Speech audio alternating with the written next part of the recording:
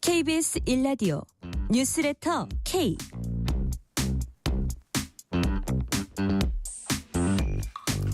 안녕하세요. 뉴스레터 K 진행하는 전종철입니다.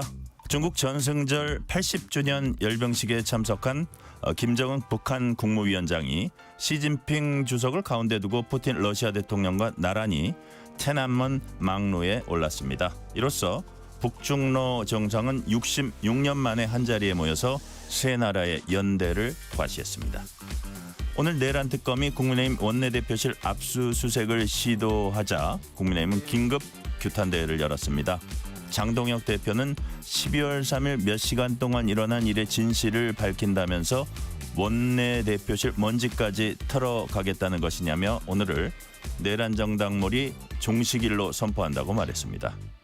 정청래 민주당 대표는 만약 추경호 의원이 유죄 판결을 받는다면 국민의힘은 위헌정당 해산 심판을 피할 길이 없어 보인다고 말했습니다. 정치 토크 코너에서 주요 정치 현안 자세히 분석합니다.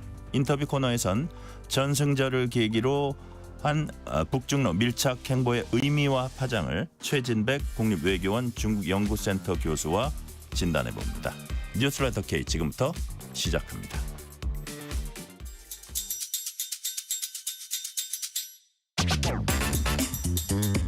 뉴스레터 K 정치 토크입니다. 오늘은 홍익표 전 민주당 의원, 조혜진 전 국민의힘 의원 나오셨습니다. 어서 오세요. 예, 반갑습니다. 자, 전승절 80주년 기념 행사 베이징天安문 광장에서 열렸습니다. 26개국 정상들이 참석했는데 시진핑 주석 가운데 두고 그 오른쪽에 푸틴, 왼쪽에 김정은. 세 사람을 위한 어떤 행사였던 것 같아요. 이 행사장이 이렇게 쭉 올라오는데 나머지 사람들은 정말 조연처럼 보이고 이 세 명만 제일 앞줄에서 그중에 어떤 정상이 앞줄에 올라 그랬는데 이게 여의치 않은 모습도 제가 봤어요. 약간 하얀 양복 입은 정상. 여하튼 북중러 정상이 66년 만에 연대를 과시했습니다. 자, 홍익표 의원님 어떻게 평가하십니까?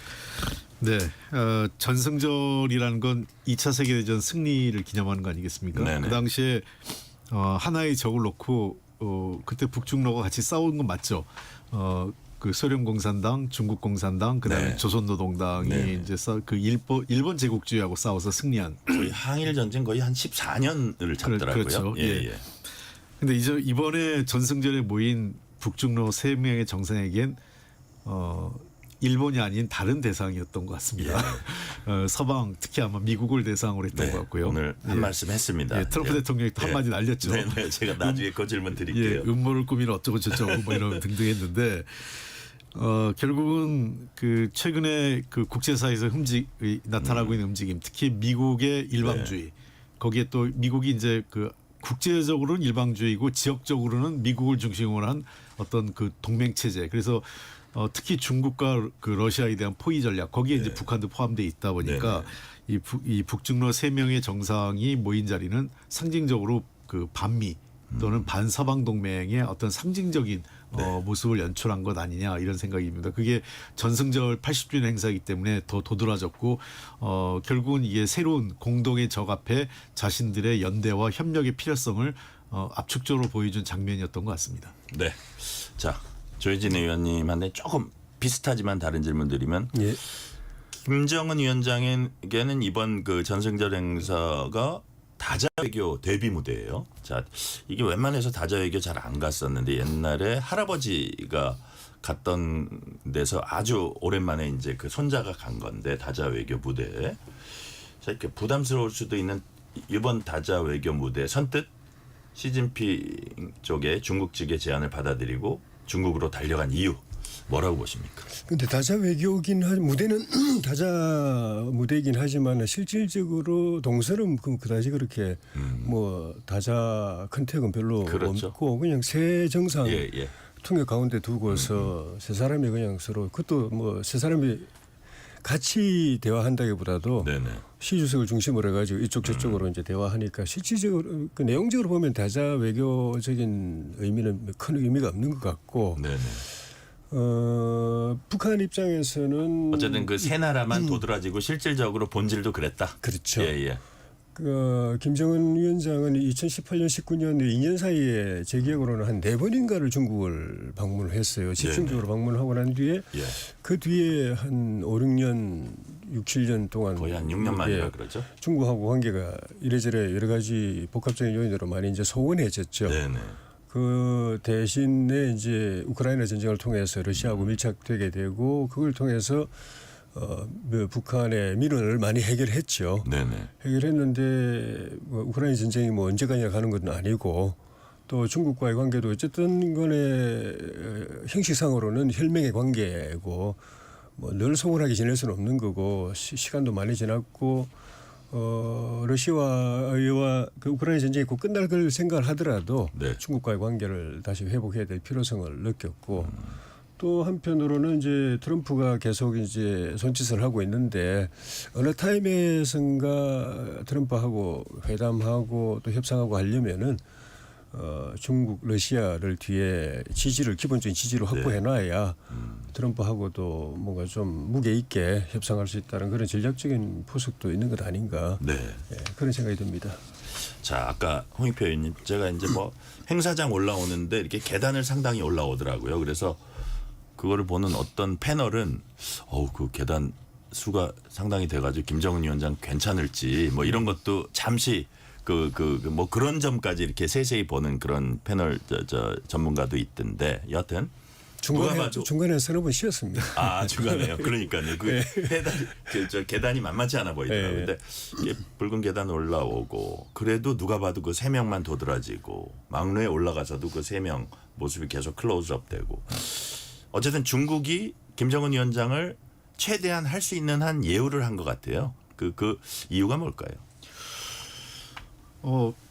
여러 가지 이유가 있겠죠. 뭐 예. 북중 관계는 뭐 일종의 그 순망치한 네. 뭐 혈맹 이런 관계로 얘기되지 않습니까? 예, 실제로 모택동 그 전 주석의 그 아들도 한국에서 한국 전쟁 당시에 사망을 했었고 그리고 뭐 상당히 많이 이제는 뭐 사망했고 그렇지만 과거 혁명 1세대들 간에는 만주에서 일본군과 같이 항일운동을 했던 이 예, 인적 유대가 있기 때문에 지금도 인민해방군 2세들 간에는 상당히 끈끈한 연대가 있어요. 예, 저 중국 인민해방군과 북한 군 관계자들의 2세, 3세들 간에는 연대가 있더라고요. 네네. 계속적으로.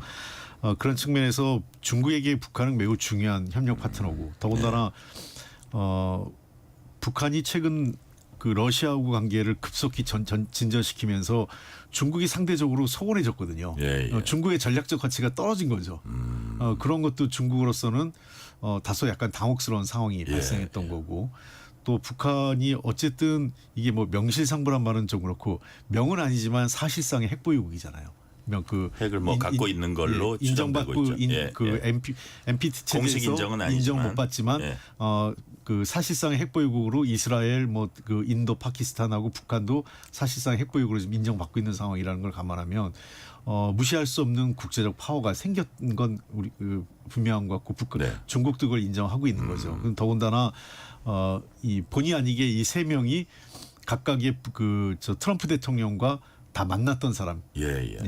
다른 사람들은 트럼프 대통령하고 거의 못 만났을 가능성도 있는데 네네. 핵심적으로 트럼프 대통령과 인연도 있기 때문에 반 트럼프 내지는 트럼프 대통령에게 뭔가 주는 메시지가 분명하다는 측면에서 중국 정부로서는 김정은 위원장에게 각별한 대우를 했던 것 같고요. 네네. 그게 특히 양국 간의 지도자들 간에 되게 끈끈한 게 있습니다. 옛날 시중신이라고 시진핑 주석 주석의 아버지 네네. 아버지가 김정일 위원장이 지도자가 되기 전에 상해하고 남순 그쪽을 한번 돈 적이 있어요. 네. 그때 남쪽을 돌 때 안내하고 영접했던 게 그런 인연이 있습니까? 시중신 아버지가 했었던. 그래서 김정일 위원장 당시에 그 중국 대표가 왔을 때 대를 이은 어떤 조중과 중국과 조선 간의 네. 연대를 얘기한 것도 다소 그 장면. 그러니까 그게 북한 조선중앙TV에 굉장히 많이 나왔어요. 네. 시진핑의 아버지 시중신이 김정일 위원장을 영접하고 안내하고 하는 그런 장면이 시진핑이 국가주석 될 당시에 굉장히 많이 나오기도 했습니다. 예. 그래도 한편으로는 이제 김정은 입장에서도 우크라이나 전쟁 끝나고 나면 언제까지 러시아만 밀착할 수 있을까 이런 중국이란 뒷배를 생각했을 수도 있을 것 같고 뭐 여러 가지 복합적인 것 같은데 오늘 열병식 내내 시진핑 주석과 밀착했던 김정은 위원장 오후엔 푸틴 러시아 대통령과 양자회담 가졌습니다. 김정은 위원장 얘기 들어보시겠습니다. 경제적인 러시아 군대와 인민과 함께 투쟁을 했는데 여기서 우리가 발휘한 그 위훈에 대해서 대통령께서 여러 기회에 평가해 주시고 오늘 다시 이 자리를 빌어서 높이 평가해 주신 데 대해서 나는 대통령님께 다시 한번 사의 말씀드립니다. 아까도 말씀드렸지만 내가 당신과 러시아 인민을 위해서 할 수 있는 것이 있다면 또 해야 되는 것이 있다면 그 형제적인 그 의무로 우리가 감당해야 될 의무로 간주하고 모든 걸 다해서 도울 용의가 있습니다. 우리 협력 분야는 또 여러 분야를 아우르는 그런 여러 방면에서 협조로서 우리가 앞으로 이걸 강화해서 양국 인민의 복리 증진에 이바지할 수 있는 성과들을 만들어내기 위해서 노력해야 된다고 생각합니다. 자, 지금 나지막한 그 김정은 위원장 얘기 들어보면 뭐 긴 얘기를 했지만 요약을 하자면 조혜진 의원님 네. 해야 할 게 있다면 형제적 의무로 모든 걸 다해서 돕겠다. 양국 간 협력 강화해서 양국 인민 복리를 증진하기 위한 성과를 만들어내야 한다. 이거 어떻게 보면 너무 평범한 얘기인데 이 속에 어쨌든 어떤 뜻이 담겨 있을까요? 우리가 목숨 걸고 싸웠다는 걸 기억하라. 뭐 이런 것도 담겨 있을까요? 일단 맨 앞부분의 표현을 우리가 발휘한 위훈이라고 했거든요. 예, 위훈. 그러니까 북한군을 파병해가지고 그 쿠르스크 전투에서 네. 혁혁한 그 전과를 올렸다라고 스스로 이제 이야기를 하는 게 위훈이라는 건 상당히 좀 예. 그 최상급이거든요. 그만큼 우리가 당신네들을 위해서 큰 역할을 했다. 네, 이걸 잊지 그리고, 마라. 그리고 당신도 그렇게 평가를 해줬고 여러 차례 그런 점. 그 다음에 그런 점에서 쌍방이 서로에게 큰 도움이 되는 관계라는 걸 이번에 이제 재발견했고 러우 전쟁이 끝나더라도 그런 서로에게 필요한 부분을 도움을 주고받는 관계는 계속됐으면 좋겠다 하는 거하고 이 전쟁 과정에서는 이제 병력이나 무기 이런 쪽으로 지원이 있었지만은 여러 다른 방면으로 네. 계속 좀 협력을 했으면 좋겠다. 그렇게 이야기를 하는 거는 다른 방면이라는 거는 그 북한 쪽에서 주로 많이 도움이 필요한 부분이었거든요. 예. 그 러시아에 당장 병력 보내주고 무기 보내주는 게 그러니까요. 필요했던 거고. 북한은 경제적 보상을 또 받고요. 예. 그런 부분에서 러시아로부터 그 이후로도 전쟁이 끝나더라도 뭔가 지원받는 관계를 계속 하고 싶다는 그런 것 같고 이게 뭐 별 의미는 없을 수도 있지만은 어쨌든 표현에 보면은 양국 인민의 복리 정진에 이바지한다. 예. 라는 인민 이야기를 그런 게 한 게 의례적일 수도 있지만은 저는 어쨌든 이번에 인민들한테 알리지도 않고 네. 파병을 해서 지금 보도를 보면 한 2,000명 가량 사망 전사자가 나오고 네. 부상자까지 하면 그것도 굉장히 많은데 이제 그 북한 인민들한테 공개하기 시작했잖아요. 그러니까 이게 단순히 그냥 정권적 차원에서 내가 우리 그 사지로 몰아는 게 아니라 우리 인민들 나라를 위해서 또 인민들을 위해서 내가 한 거다라는 그런 일종의 양해를 받고 싶은 마음도 여기 들어있을 수도 있겠다. 그런 표현을 쓴 게 그런 느낌이 들었습니다. 자, 홍익표 의원님, 트럼프 대통령은 속이 편치 않음을 은연중에 드러냈습니다. 북중러 연대 우려하냐 이렇게 기자가 물어보니까 전혀 우려하지 않는다. 자, 시진핑 주석에게는 함께 미국을 상대로 음모를 꾸미고 있는 푸틴과 김정은에게 따뜻한 안부 전해달라. 트럼프 이 속내가 뭡니까? 기분 안 좋다? 그렇지 않은 것 같아요. 아, 그래요? 예, 트럼프 대통령 그래도 최강자는 나다. 예, 트럼프 대통령 약간 뭐랄까 강자로서의 위트, 여유 뭐 이런 걸 좀 과시한 것 같습니다. 실제 속내는 어떤지 모르겠습니다만 어쨌든 뭐 이거에 대해서 나 그렇게 놀라지 않아. 너희들 아무리 그래도 너희들 셋이 뭉쳐도 나한테 못 이겨. 나는 괜찮아. 뭐 예. 이런 정도의 그 약간 자신감을 보이는 트럼프 예. 대통령 특유의 이것도 사실은 미국뿐만 아니라 어느 정상도 이런 식의 약간 이 소위 이야기하는 뭔가 비아냥거린다 그럴까 아니면 좀 뭐 좋게 표현하면 위트 있는 이런 이 SNS를 하는 경우가 매우 드문데 이게 트럼프 대통령 스타일인 것 같아요. 이거는요. 어쨌든 이 문제에 대해서 우리가 좀 고민스러운 부분은 네. 아까 그 조혜진 의원님도 얘기를 잘 해주셨지만 북한의 경제를 보면은 사실 러시아하고 협력했을 때 시너지가 매우 큽니다. 우리 그 원천 기술이나 산업 구조적 협력이라는 게 있는데 네네. 북한의 군사 기술 같은 경우 미사일이라든지 여러 가지 무기 산업 체계 이런 등등이 기본적으로 원천 기술이 구소련으로부터 온 게 많아요. 구소련으로부터 넘어와서 그것을 자체적으로 주체화한 것이죠. 예. 그리고 산업 기술도 그렇습니다. 원자력 발전소 북한이 얘기하는 영변의 원자력 발전소도 1960년대에 러시아로부터 도입된 거예요. 예. 그리고 모든 중화학공업 생산 공장 라인 자체도 초기에 두 가지입니다. 하나는 일제시대 때 남은 것과 이후 러시아로부터 들어온 거. 이 두 가지 형태가 좀 핵심이기 때문에 러시아하고 북한이 그 경제협력이나 또는 군사안보 협력을 했을 때 네. 발생하는 시너지 효과는 중국하고는 좀 다른 것 같아요. 그러니까 약간 산업 구조적 또는 이 국방산업 현대화 이런 쪽에는 훨씬 러시아하고의 시너지 효과가 큰 반면에 네. 중국하고는 주로 경공업 또 최첨단 분야 이런 쪽에 그 협력할 수 있는 부분이 나눠지기 때문에 북한 입장에서는 중국 러시아가 일종의 양손에도 떡이죠.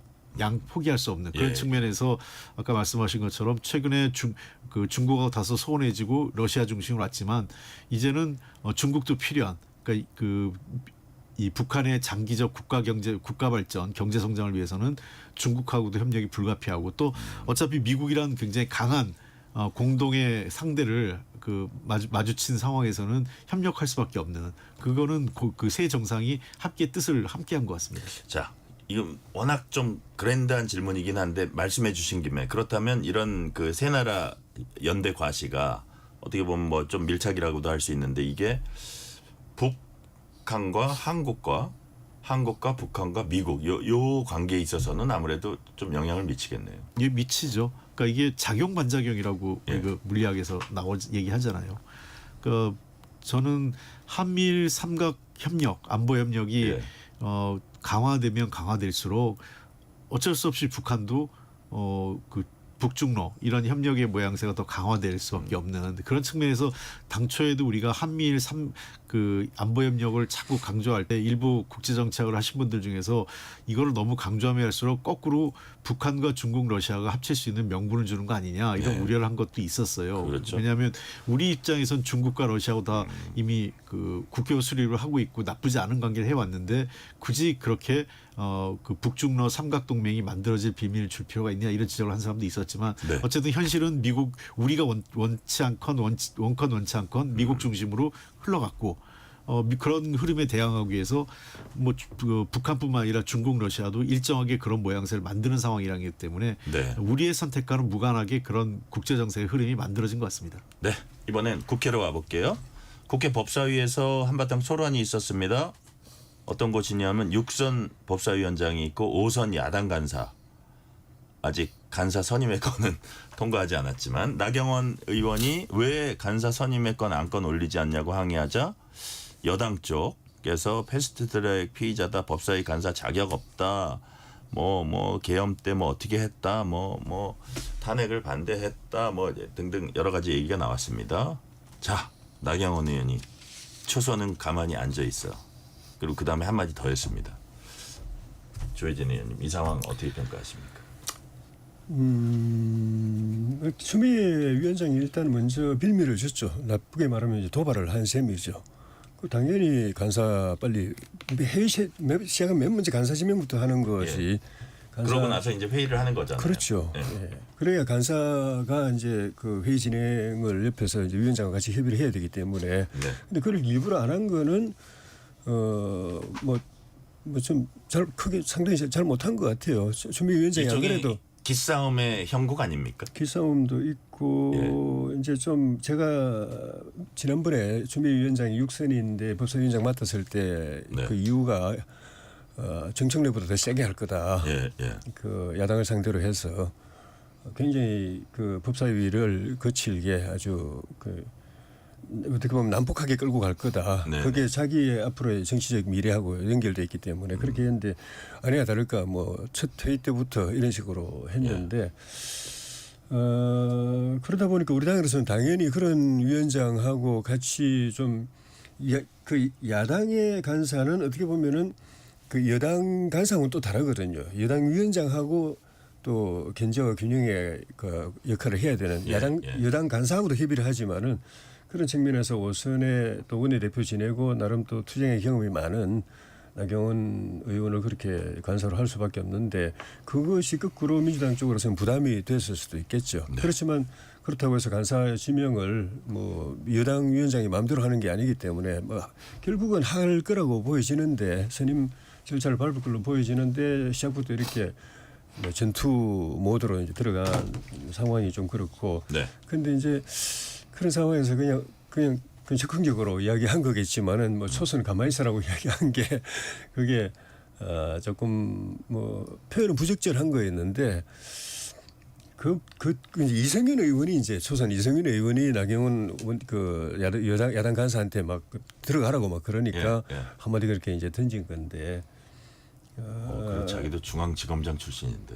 고검장까지 했잖아요. 고검장도 했나요? 고검장까지 네, 했는데 그 뒤에 저는 나경원 의원이 초선을 가만히 있으라고 하고 그 뒤에 한 말이 조금 뭘 알지도 못하면서 라고 이야기한 게 평소에 이성윤 의원이 고검장 출신 치고는 국회의원 초선 의원으로서 이게 퍼포먼스가 그래서 저는 기싸움을 그러니까 뭐 그게 어떤 합리적인 어떤 그 논리를 갖추기보다는 네. 자 근데 그 홍익표 의원님 예를 들어서 나경원 의원은 박범계 의원은 6년간 피고인 있으면서 법무장관 법사위 간사 다 했다 뭐 이런 얘기도 했고 뭐 이게 사실은 그렇게 간사 선임의 건을 통과 안 시키는 게 그게 뭐 통상적인 건 아닌데 예를 들어서 이 내란 재판에 어떤 수사를 받을 수 있으니까 간사 선임이 안 된다? 이건 어떻게 보셨어요?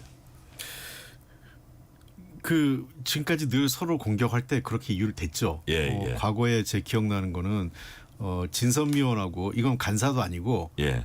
제가 초선 때였는데 그때 그 특위를 만들었어요. 그러니까 국정원 그 댓글과 관련된 특위를 만들었더니 김현 의원하고 진선미 의원이 네. 거기에 무슨 고발이 됐다거나 뭐 연루됐다고 해서 여당 측에서 그 당시 여당이 이제 한나라당이었죠. 한나라당 측에서 두 사람을 안 빼면 특위를 구성 안 해주겠다 이래가지고 결국은 두 사람을 사퇴시킨 적이 있었어요. 그러니까 뭐 없는 일은 아닙니다. 굳이 강구한다면. 그러니까 그것은 늘 보면 국회가 힘의 논리예요. 다수 의석을 가진 정당이 힘을 쓰고자 하면 관철시키더라고요. 그러니까 왜냐하면 소수 정당 입장에서는 어떻게든 특위를 구성해서 운영을 해야 되는 게 그 당시 우리 당 입장에서 불가피하기 때문에 두 의원들이 자진 사퇴하는 방식으로 해가지고 그걸 하게 했어요. 그 이후에 이제 법사위 같은 경우 왜 이제 문제가 되냐면 통상적으로 법사위가 사법부하고 검찰을 수사기관을 상대로 하기 때문에 그 감독기관이라 함부로 하기 어렵다 이런 의미에서 실제 이런 법적 리스크, 사법 리스크가 있는 의원들이 서로들 들어가려고 한 적도 있었고요. 방패막으로 쓴 거죠. 법사위원 자격을. 그리고 일정 정도 혜택을 본 것도 사실이고요. 그런 측면에서 저 박범계 의원 얘기도 막 그런 지적도 나올 수 있고 한두 번이 아닙니다. 이런 일이 나온 게. 그때 여야가 당신은 자격이 없어 이렇게 했었던 기억이 반복돼 왔던 거죠.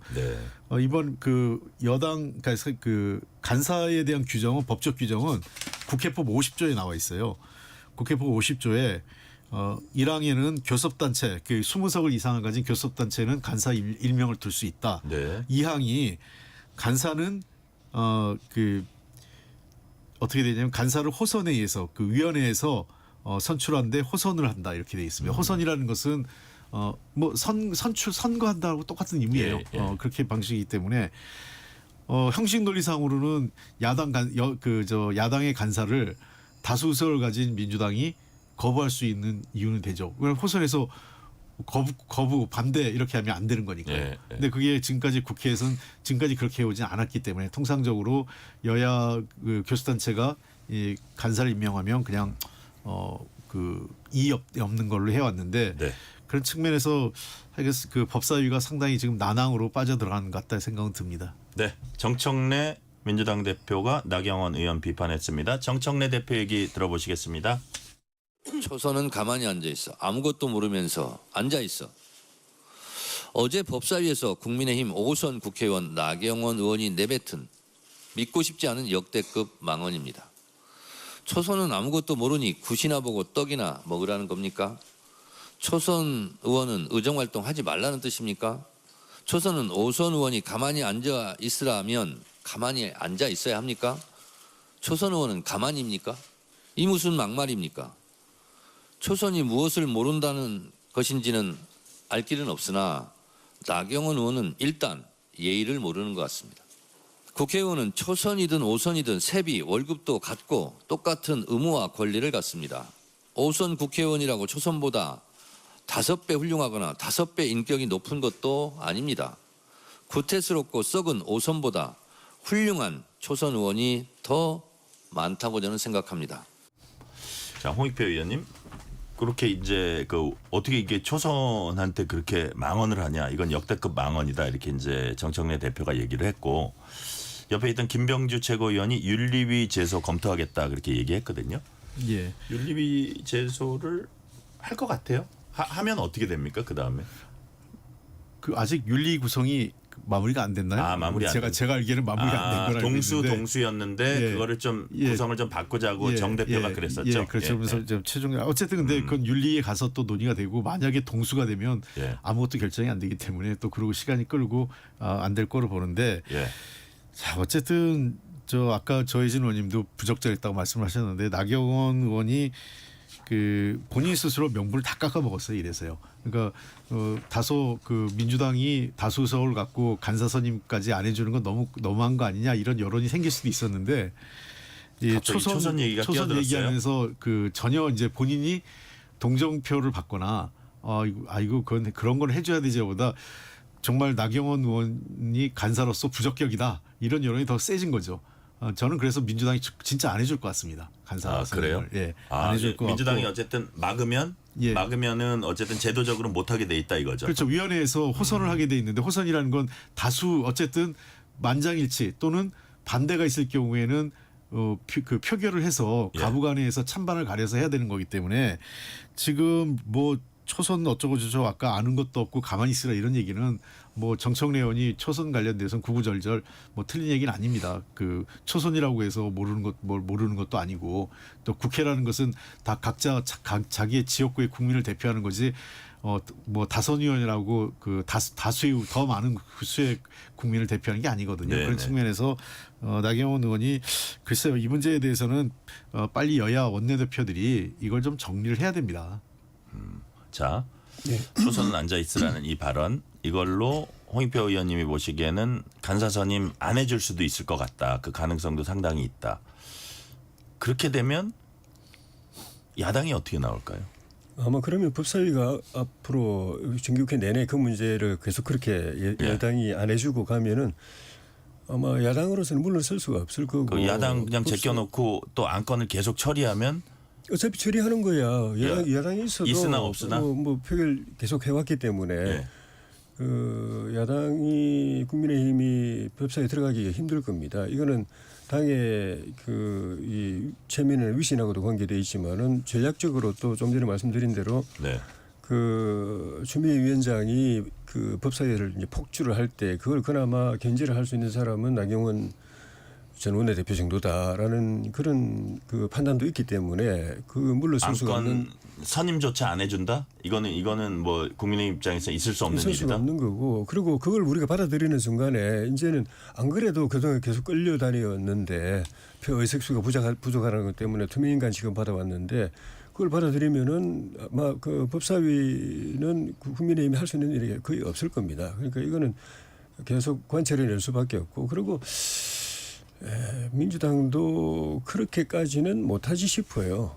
그럼 완전히 반쪽 그 국민의힘은 아예 회의에 못 들어갈 상황이 돼버리기 때문에. 그리고 법사위라는 데가 보통 상임위는 아니잖아요. 예, 그죠? 국회 안에서도 이제 상원이라고 말할 수 있는 데인데. 상원이고 문턱인데. 예. 그렇게 해서 뭐 결국 좀 냉각기를 가지고 네. 그 간사 선임하고 정상화되지 않을까 그렇게 제가 네. 한마디만 홍익표 할게요. 의원님. 왜 그러냐면 아까 안 될 가능성이 높다고 보는 게 이 예. 나경원 의원의 초선 발언이 없었으면 도리어 민주당이 너무한 거 아니야 여론이 생겼을 수도 있는데 나경원 의원 초선 발언이고 윤리 계속 제속까지 하겠다는 마당에 저는 법사위 간사 어려울 것 같아요. 근데 정청래 짧게. 정청래 예. 대표가 뭐 역대급 망언이라고 그랬는데 사실은 뭐 이게 초선 이야기보다도 비교할 수 없을 정도의 망언이 민주당 발로 수도 없이 그동안 나왔고 당장 그 이렇게 말한 정청래 대표 자체가 국민의힘 의원들 보고 사람이 아니라고 그러고 사람이 아닌데 어떻게 악수하냐 이런 그건 윤리위 안 가요? 이건 뭐 초선을 뭐 이거 비교도 할 수 없는 그런 역대급 막말이고 망언인데 그런 당사자가 초선 갖고 너무 저러는 거는 이건 구실일 뿐이다. 자기가 그러면 자기부터 당장 아니 그러니까 제가 말씀드린 거 징계받아야 되는 막말의 거죠. 정도가 높으냐 아니냐 이제 충분히 민주당이 안 해줄 만한 명분이 만들어졌다는 빌미? 거예요. 네. 빌미를 준 거죠. 자, 실시간 교통 상황 알아보겠습니다. 라디오 교통정보센터 김민혜 리포터 나와주세요. 네, 이 시각 교통 정보입니다. 지금 도로 이동량 빠르게 늘고 있습니다. 우선 수도권 제2순환고속도로 일산에서 판교 쪽 송내 부근 3차로에서는 고장난 화물차를 처리하고 있고요. 서해안고속도로 서울 방향은 서평택 분기점에서 화성휴게소까지 정체입니다. 이후 매송휴게소에서 용담터널, 더지나 일찍 분기점에서 금천까지 각각 정체되고 있고요. 영동고속도로 인천 쪽은 대관령에서 둔대 부근 1차로에서 이동하면서 차선 도색 작업을 하고 있습니다. 양지에서 양지터널과 또 광교터널에서 북수원까지도 주춤하고요.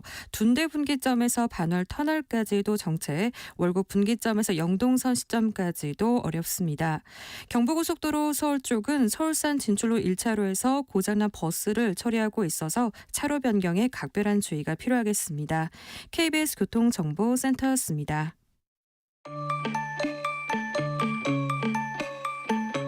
퇴근길 당신과 함께 읽는 세상 이야기 KBS 1라디오 뉴스레터 K 문자 샵 9730 짧은 문자 50원 긴 문자 100원 어플리케이션 콩은 무료 유튜브 KBS 1라디오 계정 채팅창도 열려 있습니다. 실시간 교통 상황 살펴봤습니다. KBS 라디오 뉴스레터 K 정치 토크 홍익표 전 민주당 의원, 조혜진 전 국민의힘 의원과 얘기 나누고 있습니다. 자, 내란 특검이 추경호 국민의힘 의원 압수수색했습니다.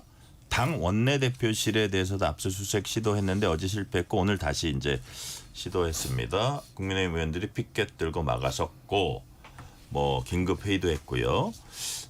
압수수색 무산될 때까지 무기한 농성하겠다. 긴급 규탄대회 열었습니다. 이와 관련한 장동혁 대표 얘기부터 먼저 들어보시겠습니다. 특검이 들고 온 압수수색 영장은 그동안의 내란 정당 몰이가 그저 아무것도 아니라는 그 사실만 자백하는 반성문이었습니다. 작년 12월 3일 저녁 몇 시간 동안 일어났던 일의 진실을 밝히기 위해서 국민의힘 원내대표실에 먼지까지 털어가겠다는 것은 더불어민주당의 내란 정당 몰이가 얼마나 허무맹랑한 거짓 선동이었는지를 만천하에 드러낸 일입니다. 그래서 저는 오늘 2025년 9월 3일을 내란 정당 몰이 종식일로 선포합니다. 2025년 가을은 특별검사 조은석의 잠 못 이루는 밤이 계속될 것입니다. 자, 장동혁 대표 얘기 들어보니까요. 조혜진이 예. 여당 원내대표실 먼지까지 털어가겠다는 건 여당의 내란 정당 몰이가 거짓 선동이었음을 드러낸 것이다. 이게 언뜻 들으면 무슨 얘기지 이렇게 막 확 들어오진 않는데 결국 특검이 노린 건 야당 말살이다. 뭐 이런 얘기를 하려 그런 건가요? 무슨 뜻인가요? 그렇죠. 야당 말살인데 그러니까 민주당은 계속 이제 그 당 지도부에서 국민의힘 해산 예. 이야기를 계속하고 특검이 그 이제 그 멍청을 특검은 깔아주는 거기에 보조를 맞추고 빌드업을 있다. 해주고 있는 건데 문제는 이제 지금 이제 장동혁 대표의 이 발언에는 네. 이 나름의 정무적 판단이 있는 거죠. 아, 어떤 면에서요? 그러니까 네, 특검에서 뭐 내란 특검도 그렇고 다른 특검도 그렇지만은 특검들이 지금 헤매고 있다. 어마어마한 숫자의 어마어마한 무소불위의 권한을 가지고 막 덤벼들었는데 지금 네. 별로 나오는 게 없으니까 기간도 더 연장하고 인원도 더 늘리려고 하고 물론 그게 지방선거 때까지 끌고 가겠다는 그런 정략적 계산도 있지만은 실제로 해보니까 그 호언장담했던 것처럼 그렇게 예를 들면 내란 특검만 하더라도 내란을 딱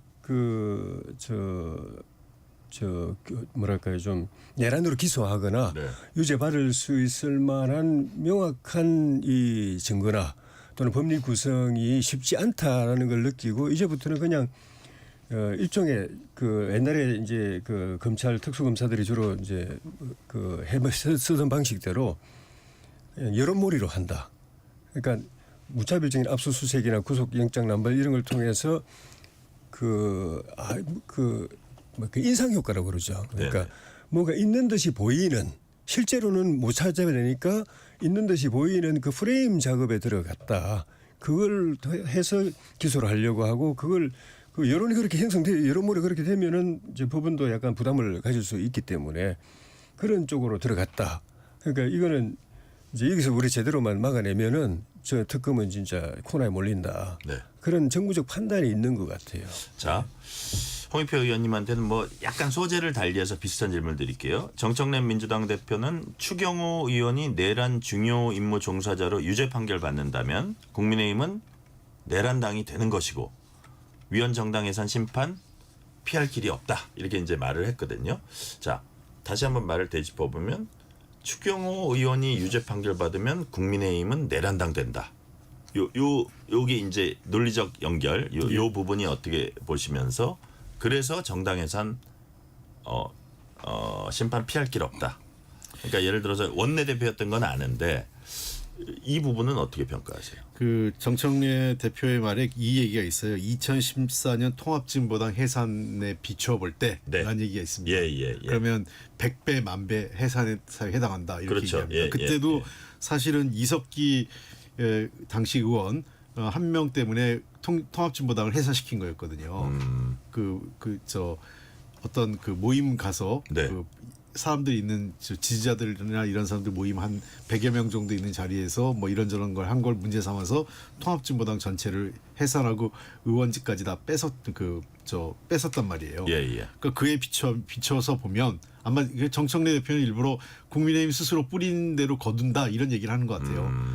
그 당시에도 통합진보당의 해산은 너무 무리한 거다라는 얘기를 저도 했고 저 그것 때문에 사실 그때 그 해산 표결할 때 참석도 안 했어요. 본회의장에. 이건 잘못됐다고 저는 생각을 한 건데 왜 그러냐면 정당의 해산은 사법적으로 해서는 안 된다는 게 제 소신이고요. 예. 국민이 투표로 의해서 정당을 어차피 선거를 하는데 선거를 해서 해야 된다는 거죠. 근데 국민의힘은 스스로 이미 한나라당 시절에 전신 한나라당 시절에 자신들이 했던 일이 있다는 거예요. 그걸 감안하면 그 헌법재판소에서도 묻는 거죠. 옛날에 2014년 판례대로 하면 이건 해산 사유가 되는 것 아니냐. 아마 저는 만약에 그런 그 연결고리가 하면 충분히 뭐 우리뿐만 아니라 물론 이제 그거는 정부가 해야 되기 때문에 정성호 법무부 장관이 그것을 할 것이냐 말 것이냐에 대해서는 안 할 가능성이 높다고 생각을 해요. 그러나 이런 정치 공세는 민주당이나 밖에서는 계속 할 가능성이 높고 이런 측면. 근데 다만 저는 그 민주당이든 또 국민의힘이든 찬반을 떠나서 이번에 김상헌 헌법재판소장이 청문회 때 한 얘기를 좀 유의미하게 들었으면 좋겠어요. 그때 뭐라고 나온 어떤 얘기가 그때 그 이재정 위원장이었어요. 청문위원장이랑 두 분이 주고받은 얘기가 독일에서 극우정당 해산을 4년 동안 논의했었습니다. 헌법재판소에서. 우리하고 굉장히 그 법체계가 유사합니다. 그런데 헌법재판소에서 결국은 4년 만에 결론을 낸 거는 보류했습니다. 아까 제가 했던 거죠. 그 민주주의 사회에 시민들의 그 어떤 민주 시민으로서의 그 어떤 책임과 양식을 믿고 그 소양을 믿고 이 민주주의 사회에서의 정당은 투표를 통해서 그 심판받고 네. 해산될 수도 있다. 그런 측면을 강조하면서 이걸 사법적으로 잣대로 해서 하는 건 바람직하지 않다라는 게 그때 청문회 과정에서 김상환 헌법재판소장이 한 얘기입니다. 저는 그래서 헌법재판소의 구성에 어떤 답변이 좀 바뀔 거로 입장이 좀 바뀔 거로 보이는데 어쨌든 이 문제에 대해서는 저는 지난 2014년에 통합진보당 해산 자체가 잘못됐다라는 것에 대해서 한 번 정도는 헌법재판소가 자신의 헌법재판소의 결정에 대해서도 한번 고백하는 일이 필요하다고 생각을 합니다. 네. 어떤 사법적 절차를 거친 정당 해산 이거는 다시 한번 생각해 봐야 된다 그랬는데 지금 여당 대표는 계속 그걸 언급하고 있습니다. 예. 실행될 가능성도 없지 않다고 보세요. 저는 시도는 할 가능성이 충분히 있다고 보여지고 가능하다고 판단되면 아마 하려고 할 걸로 저는 생각을 그래요? 하는데 그렇게 쉽지 않을 겁니다. 만약 그렇게 되면은 정치적 역풍? 그거 만만치 않을 겁니다. 그래 되면은 진짜 거꾸로 계엄 때는 계엄을 반대하는 시민들이 그리로 나왔지만은 그런 상황이 벌어지면은 반대의 시민들이 그리로 아마 몰려 나올 가능성이 있고 그리고 통진당 같은 경우는 지금 이제 계엄 같은 경우에는 어떻게 보면 야당을 겨냥한 측면이 있는 거잖아요. 네. 근데 통진당은 대한민국을 겨냥한 거예요. 북한에서 예를 들면 쉽게 말해 북한을 쳐들어 내려오면은 여기서 호응해가지고 6.25 때 박헌영이 김일성한테 그렇게 이야기했다는 거 아닙니까? 우리가 쳐 내려가면은 남로당이 다 들고 일어나가지고 같이 그 협공할 거다. 네네. 그 이야기했다는 거 아닙니까? 그 지금 그 당시에 이석기 세력이 이야기한 게 그거였거든요. 북한 내려오면 우리가 같이 이렇게 해가지고 그 국가기관이나 주요 시설들 같이 공격해가지고 대한민국 무너뜨리겠다. 그러니까 성격이 다른 거죠. 그런 측면에서 다르고 그 다음에는 어쨌든 헌법재판소 결정으로 정당을 해산하는 거는 신중해야 된다고 보지만 어쨌든 헌법에는 그렇게 하도록 되어 있습니다. 그러니까 할 수 있도록 되어 있습니다. 네네. 위헌정당 심판이라는 제도를 둔 이유가 아예 그건 원천적으로 하면 안 된다고 했다면은 헌법에 그런 제도 자체를 두지 않았겠죠. 그런데 네. 조혜진 말씀대로 하시면 국민의힘 해산도 가능한 거죠. 헌법에 밝혀져 있으니까. 헌법의 절차니까. 헌법의 모든 권한이나 할 수 있는 게 있다 하더라도 다 할 수 있는 건 아닙니다. 대통령의 비상기업 역시도 마찬가지인 거죠.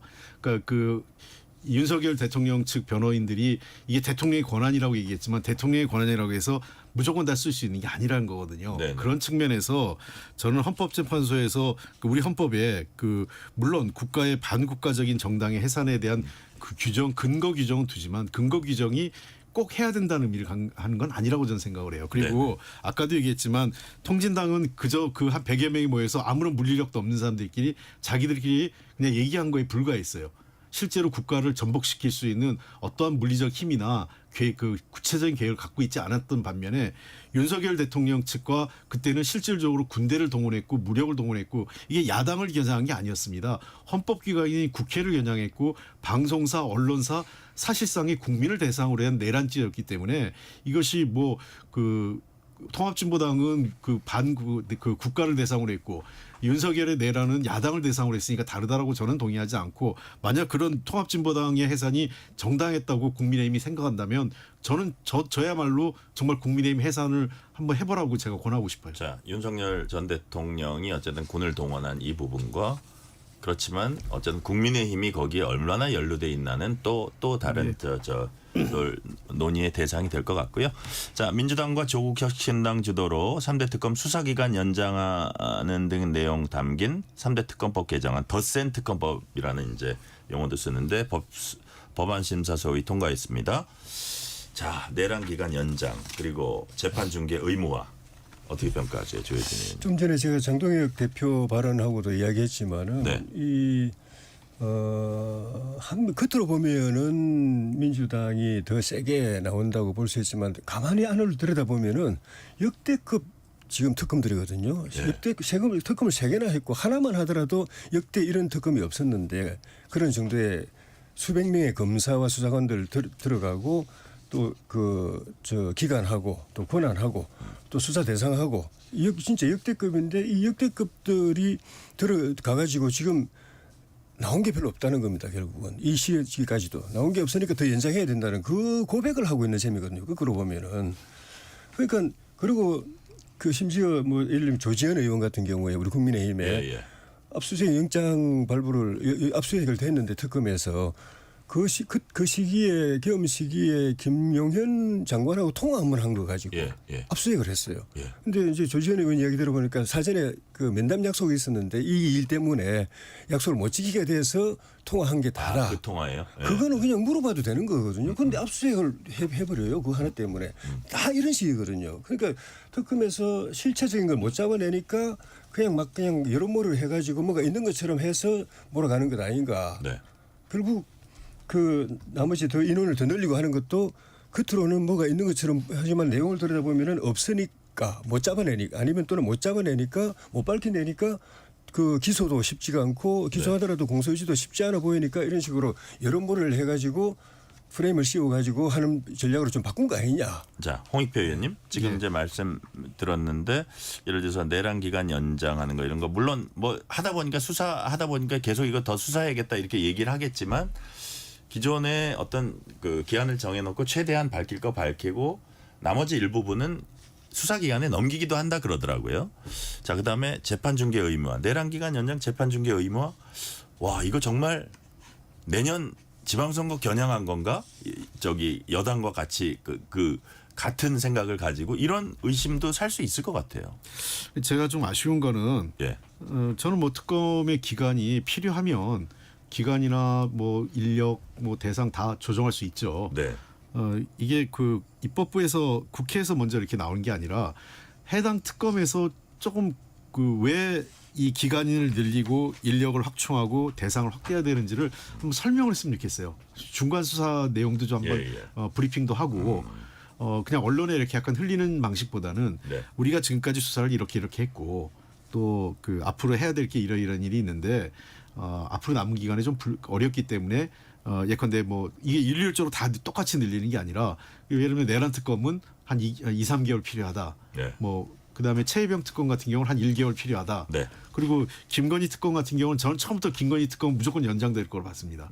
워낙 뭐 별건 그 별의별 사안들이 막 늘어나고 있기 때문에 네네. 그리고 처음에 혐의도 한 16개 돼서 그거 다 가지도 못했거든요. 그래서 그런 것들에 대해서 좀 설명을 좀 해줄 필요가 있다. 좀 개별적으로 그렇습니다. 다 필요하다. 네. 그게 안 되는 상황에서 하다 보니까 그냥 이게 꼭 여야 정치권에서 네. 그냥 민주당이 일방적으로 처리한 모양새이기 때문에 네. 저는 특검에서 이건 그 특검 대표들 대표 특검들이 나와서 이 설명을 해야 되고요.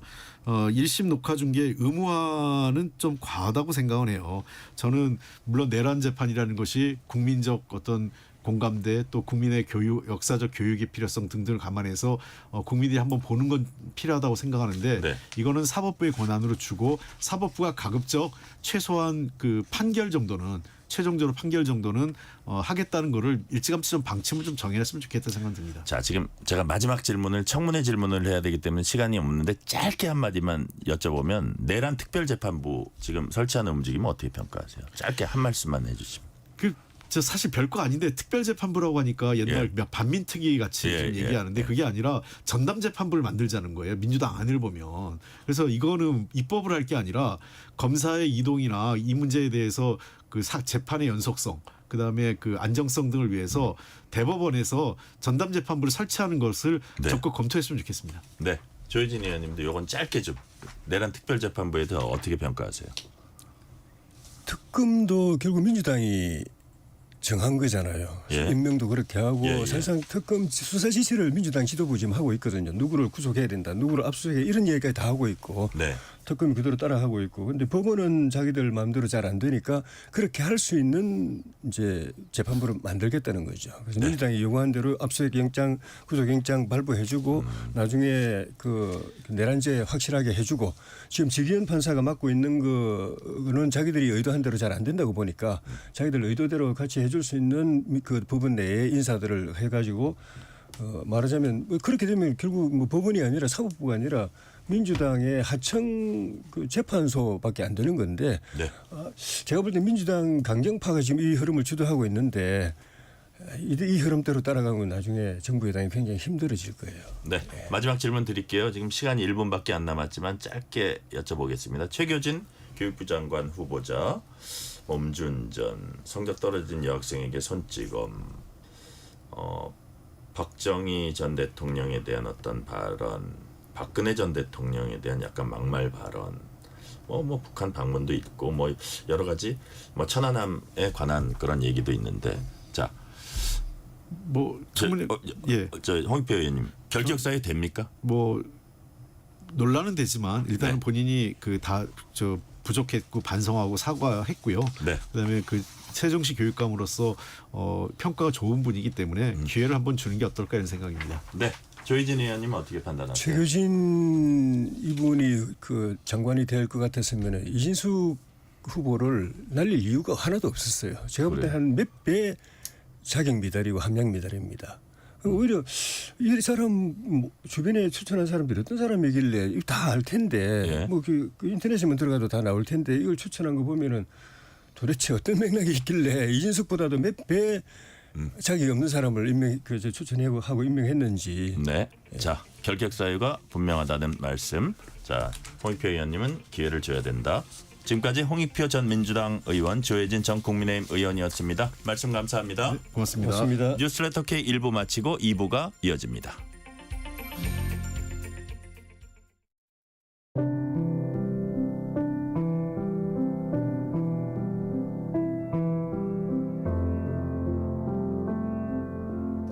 KBS 라디오 연중기획 희망충전 대한민국 654번째 이야기. 안녕하세요. 아나운서 유지원입니다. 10살 종수는 앞을 볼 수 없습니다.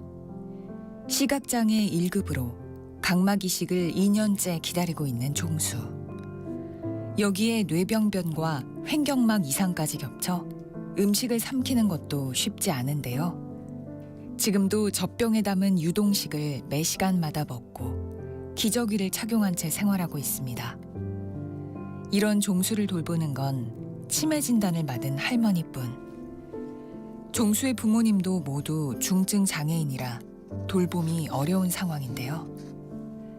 가족 모두가 아프다 보니 부족한 병원비에 불안한 하루하루를 보내고 있는 종수네 가족. 오늘도 할머니는 아기 같은 종수를 품에 안고 흐르는 눈물을 닦아냅니다. 꾸준한 치료와 돌봄이 절실한 종수에게 여러분의 마음과 사랑을 전해주세요. 여러분의 따뜻한 손길이 희망의 빛이 됩니다. ARS 060-700-1580 060-700-1580 한 통화 3,000원으로 희망을 선물해 주세요. KBS 라디오 연중기획 희망충전 대한민국은 초록우산 어린이재단, 인탑스 주식회사, 그리고 청취자 여러분과 함께합니다. ARS 060-700-1580 한 통화 3,000원입니다.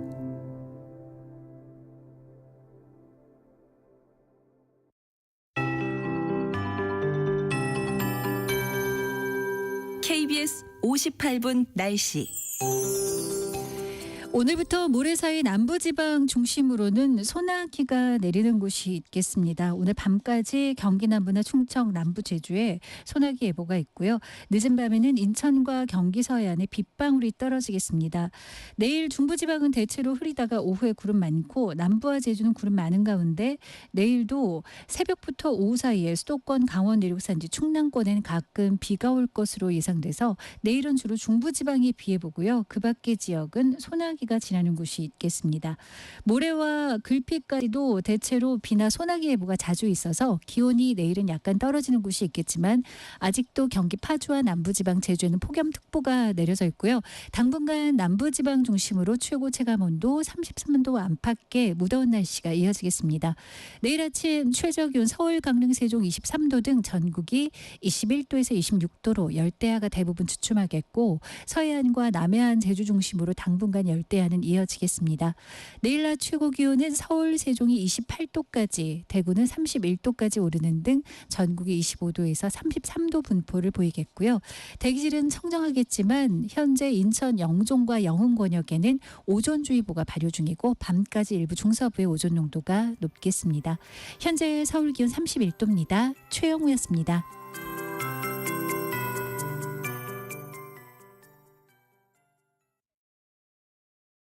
정성을 다하는 국민의 방송 KBS가 6시를 알려드립니다.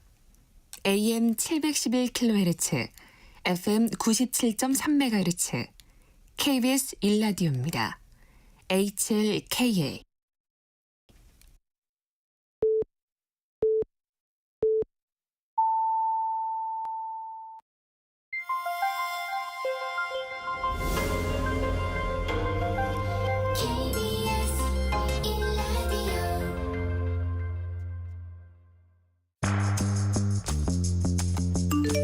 여러분은 지금 퇴근길 시사편지 한 장, KBS 1라디오 뉴스레터 K를 듣고 계십니다.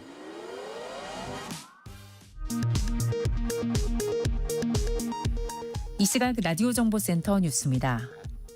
이재명 대통령은 오늘 중견 제조기업을 방문한 자리에서 대통령 입장에서는 대기업과 중소기업, 노동자 등 모두를 고려해야 한다는 점을 거듭 강조했습니다. 이 대통령은 오는 11일 회복과 성장을 주제로 취임 100일 기자회견을 갖습니다. 중국이 오늘 베이징에서 전승절 80주년 기념 열병식을 개최했습니다. 중국은 신형 미사일 등을 공개하며 군사력을 과시했고 북중러 3국 정상은 나란히 천안문 막루에 올라 연대를 확인했습니다. 내란 특검팀이 추경호 전 국민의힘 원내대표의 계엄 해제 방해 의혹과 관련해 국민의힘 원내대표실 등에 대한 압수수색을 다시 시도하고 나섰습니다. 국민의힘은 반발하며 저지농성에 들어갔고 민주당은 내란 카르텔이라며 정당 해산을 압박했습니다. 김건희 특검이 김건희 씨를 구속 기소하면서 김 씨가 대통령 국정 운영에 직간접 관여했다고 공소장에 적시한 것으로 나타났습니다. 특검 조사와 내란 재판 출석 등을 거부해온 윤석열 전 대통령은 모든 책임은 군 통수권자였던 자신에게 물으라는 돌발 메시지를 냈습니다. 오늘 오전 서울 관악구의 식당에서 흉기 난동 사건이 벌어져 3명이 숨졌습니다. 흉기를 휘두른 식당 주인은 중상을 입었습니다. 지금까지 라디오 정보센터 뉴스 편유희였습니다.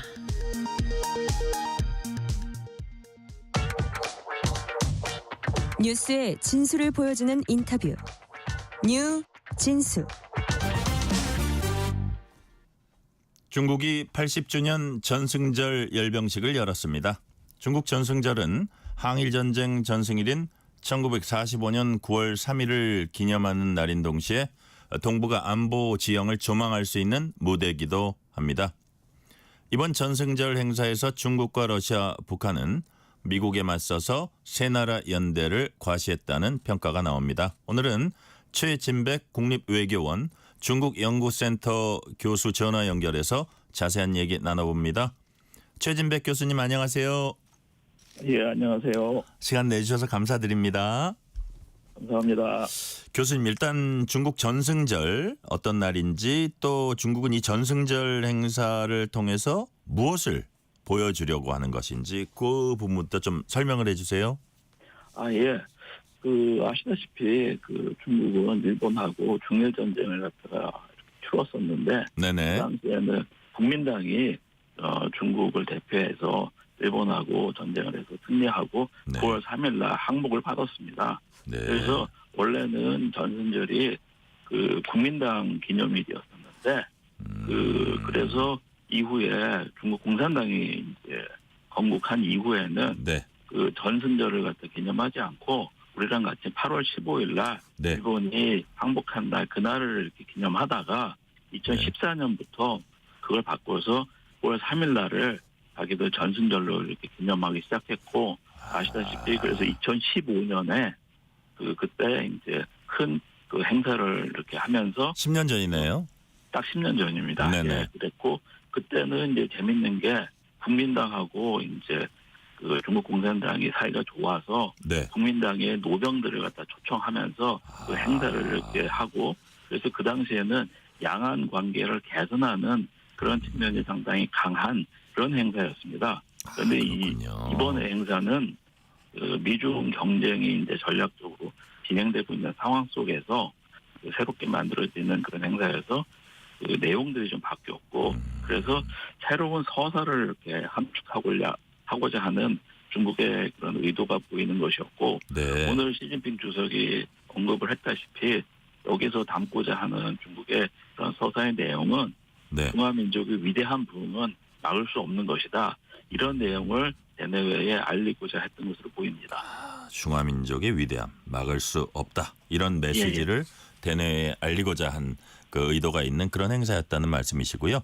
예. 자, 이 열병식에서 보니까 가장 상징적인 장면 바로天安門 망루에 새 정상이 함께 오른 모습이었습니다. 북중로 정상. 자, 이렇게 냉전 종식 이후 66년 만이라고 하는데 그 세 사람이 그 망루에 함께 오른 그 상징적 장면, 그 의미 어떻게 평가하십니까? 원래 사회주의 국가 내에서 사회주의 국가들의 그 국제 협력 이런 부분들이 있어서 59년 그 당시에 중국이 그때는 그 건국절이었습니다. 건국절. 전승절 그때가 아니었고 그 건국절에 이제 김일성 그리고 중국의 마오주석 그리고 소련의 호르시초프 이 세 사람이 이제 그 서로 모여서 그 기념일을 갖다가 기념했던 행사를 가졌었는데 그 이후에 등소 분쟁이 있었고 그리고 그 이제 소련이 이제 붕괴되고 이렇게 되면서 이러한 그 세 나라의 지도자가 같이 모이는 그런 자리들은 없었습니다. 그러다가 이번에 이제 세 나라의 지도자가 모이는 그러한 그 역사적인 어떤 그러한 그 장소가 마련됐던 것으로 볼 수 있습니다. 네네. 우리가 이제 그 김정은 위원장에게 주목해서 좀 몇 가지 질문을 드려볼게요.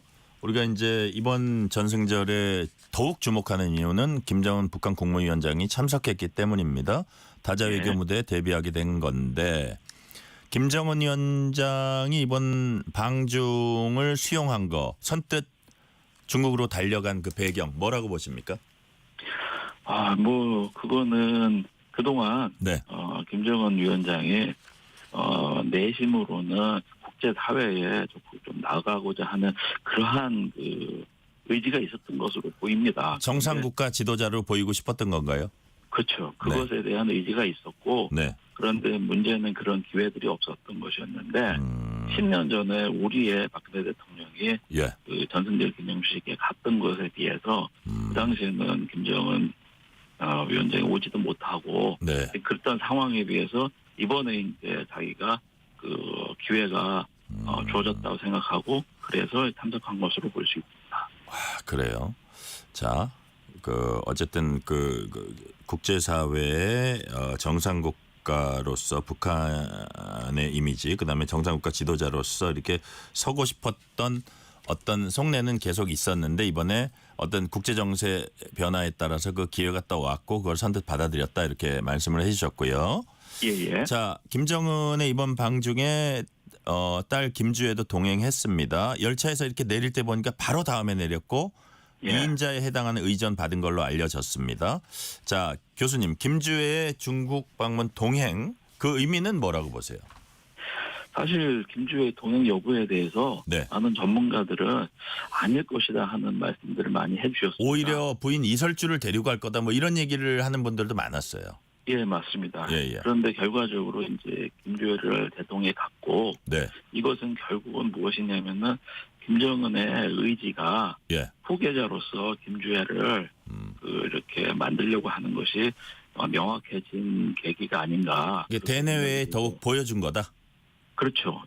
그런 생각이 들고 하나 재밌는 것은 사실 지난 5월 9일 날 러시아도 전승 기념일이 있었거든요. 그때도 이제 김정은이 혹시 모스크바로 가는 것이 아닌가 이런 논의들이 있었는데 김정은이 그때 모스크바로 가지는 않았고 그 주북 러시아 대사관을 갔습니다. 그때도 김주애를 대동하고 갔었어요. 그랬어요. 그래서 그런 거를 보게 되면은 김정은의 의지는 분명한 것으로 이번에 확인된 것으로 저는 그렇게 생각합니다. 후계자 의지 확고한 것으로 이번에 다시 확인됐다 이런 말씀해 주셨고요. 자, 이런 부분 약간 거기에 비해서는 뭐 약간 뭐라 그럴까 세부적인 부분일 것 같긴 한데 북한 매체가 김정은의 방중을 꽤 신속히 보도했습니다. 이게 보안 문제가 있을 텐데 열차 출발했다 뭐 이런 보도도 했고 도착도 이제 뭐 도착은 당연히 상세히 보도했고 근데 그때까지만 해도 김주혜 등 동행자들에 대해서 뭐 언급 잘 안 했어요. 그래서 예. 신속히 보도는 하면서 동행자는 언급하지 않은 뭐 이것도 어떤 이유가 있을까요? 뭐 그것에 관해서 의도적으로 그렇게 했는지 그것은 확인이 되지 않고 있지만 네네. 중요한 것은 네. 그 김정은이 국제 무대에 국제사회에 김주혜를 자신의 후계자로 네. 세우고 싶어했던 거 그 의지는 뭐 분명한 것이 아닌가 그렇게 생각이 되네요. 네네. 자, 근데 교수님 최근에 몇 년 동안 북한과 러시아가 뭐 상당히 밀착하면서 북한과 중국 관계 이게 다소 소원했다 이런 관측 평가가 많았습니다. 예. 이번에 이제 전승절 행사 보니까 26개국 정상 초청을 했는데 시진핑 주석 오른쪽에 푸틴 왼쪽에 김정은. 자, 나머지 20여 개국 정상들은 병풍 혹은 조연에 불과해 보였습니다.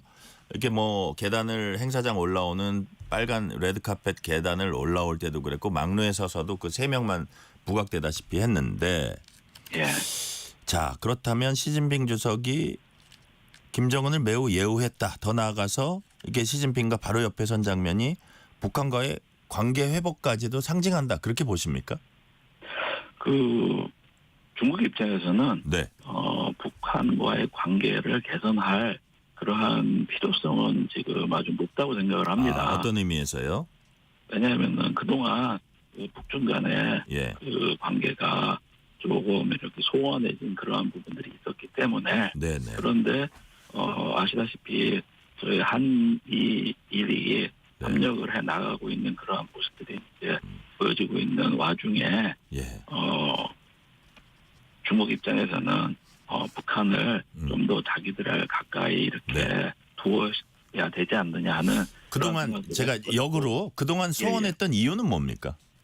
뭐 여러 가지가 있습니다. 그것에 예. 관해서는 앞으로 뭐 차츰 더 말씀드릴 수도 있는데 가장 요점은 기본적으로 예. 그 북한이 불량 국가로서 예. 그 중국이 그 신뢰할 수 있는 그런 역할들을 충분히 할 수 있다. 그런 신뢰를 충분히 주지 못한 거 그것이 가장 큰 이유라고 말씀드릴 수 있습니다. 그렇군요. 그것이 제가 뒤에 조금 준비한 질문하고도 연결이 됩니다. 무슨 말씀인지 잘 이해가 됐고요. 예. 자, 일단 그 북한과 중국과 다시 이제 그 가까워질 어떤 필요성을 서로가 느꼈다 이제 이런 말씀이신데, 자, 북러 관계를 한번 잠깐 되돌아보면 북러 밀착의 가장 상징적 장면 역시 북한군의 우크라이나 전쟁 파병이었다고 이제 볼 수 있습니다.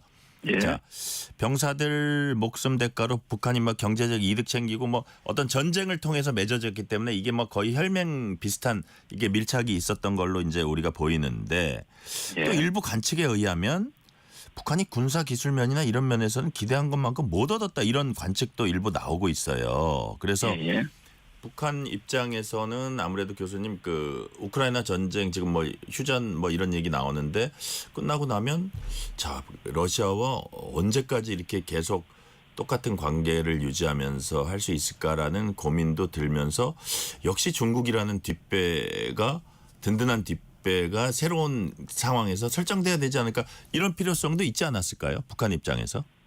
뭐 그런 부분은 분명히 있습니다. 분명히 있고 하여튼 북한 입장에서는 그동안 자기네들이 핵을 개발했긴 했지만은 그것으로 인해서 제재를 받고 그렇게 여러 가지 국제적인 어려움 속에서 불량 국가로 이렇게 너무 남아있던 상황이었었는데 그런 상황을 갖다가 극복하기 위한 그 계기를 나름대로 찾지 못하고 있었지만은 러시아와의 그러한 그 협력을 통해서 러시아 파병이라는 그러한 그 나름대로의 어떤 큰 결단을 통해서 러시아와 이제 동맹을 맺고 난 다음에 러시아와는 지금 엄청 가까워진 상황이 됐거든요.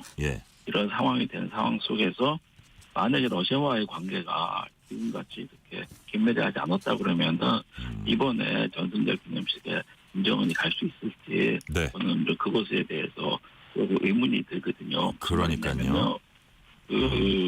만약에 그런 상황이 아니고 불량국가 북한이 중국의 전승절에 갔다 그러면은 아무도 상대해주지 않는 그러한 장면이 연출이 될 텐데 그것을 북한은 받아들이기가 어려웠을 거고 그런데 러시아가 있음으로 인해서 북한은 이번에 그러한 국제 그 외교 무대에 네. 대비하는 그런 기회를 갖게 됐고 그래서 지금 보도를 통해서 확인이 될 수 있었는데 네. 푸틴과 김정은 간의 그러한 정상회담이 지금 그렇죠. 오후에 회담이 있었어요. 예, 열리고 있는데 바로 이러한 것이 기반이 됐으니까 그 북한 입장에서는 이번에 네. 중국에 이렇게 갔던 것이고 그래서 자기를 이제 국제 정치 무대에 이렇게 이제 나타낼 수 있게 된 그런 계기 네. 이것이 제가 봤을 적에는 그 북한 입장에서는 러시아가 예. 그 러시아 파병으로 인해서 얻게 된 가장 큰 정치적인 자산이었다고 생각을 합니다. 그렇군요.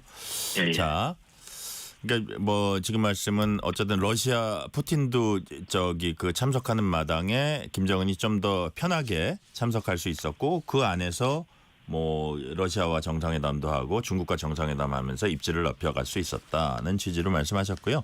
자, 예. 교수님, 열병식은 자국의 군사력을 세계 만방에 과시하는 무대기도 합니다.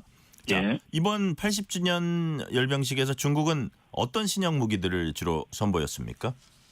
뭐 많은 신형 무기들을 이렇게 보여줬고, 네네. 그 자기들이 그동안 이렇게 열심히 개발했던 네. 첨단 기술을 바탕으로 한 그런 무기들을 이렇게 보여줌으로 인해서 자기들의 군사력, 그러면서 자기네들의 그런 기술력 이런 것들 갖다 많이 보여줬습니다. 뭐 네. 드론이라든가 극초음속 미사일, 네네. 무인 잠수정 이러한 새로운 무기들을 보여주었는데 예. 이것들은 단순한 무기가 중요한 게 아니라 이것과 관련된 새로운 전략들을 갖다가 이제 운용하고 하는 그런 것들을 이렇게 의미하기 때문에 까지도 예. 그래서 그런 것들이 갖게 되는 이제 국제정치적 의미가 상당히 크고 예. 이것을 이제 어떤 면에서 봐야 되냐면은 네. 그 이전에는 중국이 그 이제 미국이나 소련에 비해 자기들의 군사력으로 열세에 있기 때문에 주로 비대칭 전력을 중심으로 해서 자기들 군사력을 구성해 나갔습니다. 비대칭 전력 중심으로 예. 예. 그런데 이번에 나온 이런 무기들을 보게 되면은 예. 비대칭 전력이 아니라 미국과 버금가는 그러한 무기 체계들이나 이런 것들을 보여줌으로 인해서 네.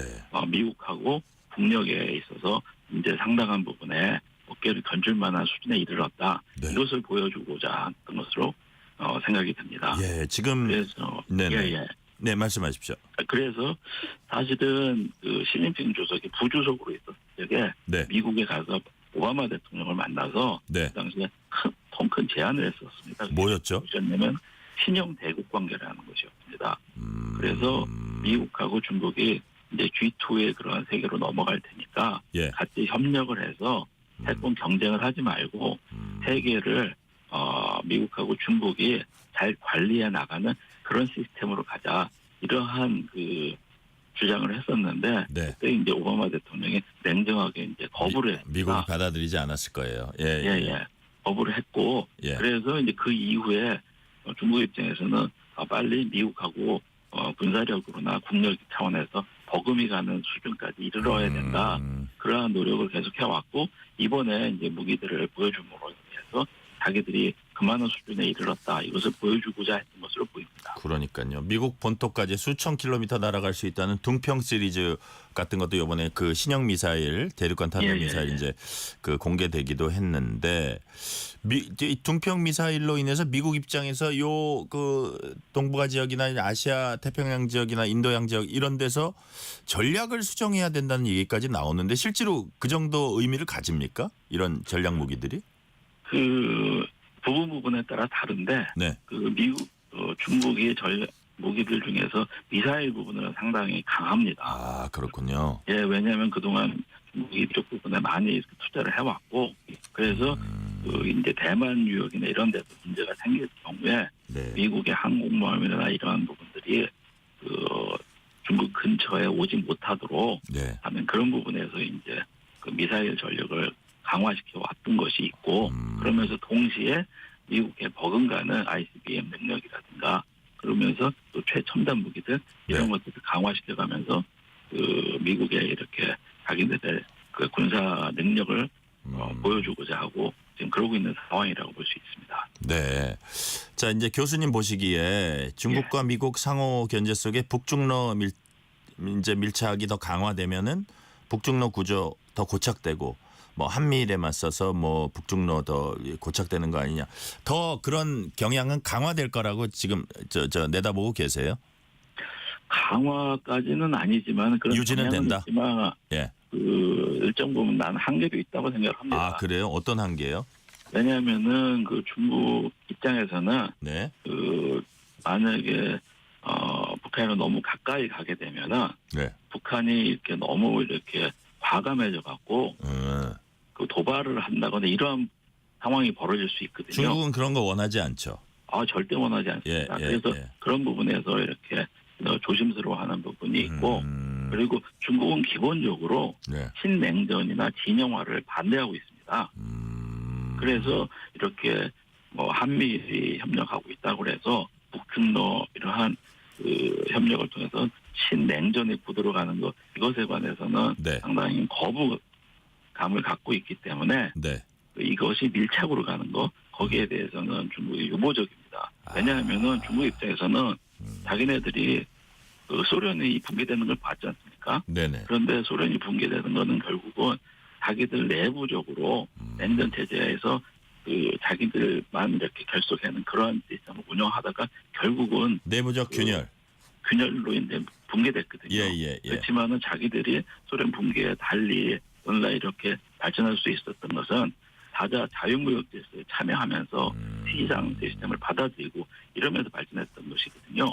그래서 그 궁극적으로 이러한 신냉전 구도 이런 것들에 대해서는 분명한 거부감이 있기 때문에 이런 부분들이 그 중국과 북한이 너무 결속하는 데는 한계가 있다고 생각합니다. 그러니까 이제 뭐 어떤 언론사들이 이렇게 막 방송하고 뭐 여러 많은 방송사들이 있잖아요. 이렇게 보면 뭐 신냉전 구도 구축 막 이런 식으로 자막을 뽑는 데도 있는데 교수님이 이쪽 아무래도 저 중국 쪽 잘 아시니까 중국은 결코 사실 왕이 외교부장이 신냉전 원치 않는다는 얘기를 수십 번 했어요. 그래서 많이 했습니다. 그래서 그런 걸로 볼 때 중국은 이게 이제 자유무역 질서 여기서 번영을 꾀하고 그다음에 중국 내부 분열 없이 통합을 계속 이뤄가고 이런 거를 바라는 거지 어떤 미국과 각을 세워가지고 이게 대결 구도로 간다 이런 거는 이거 부담스러울 수 있다 그런 말씀이시고 아까 관련해서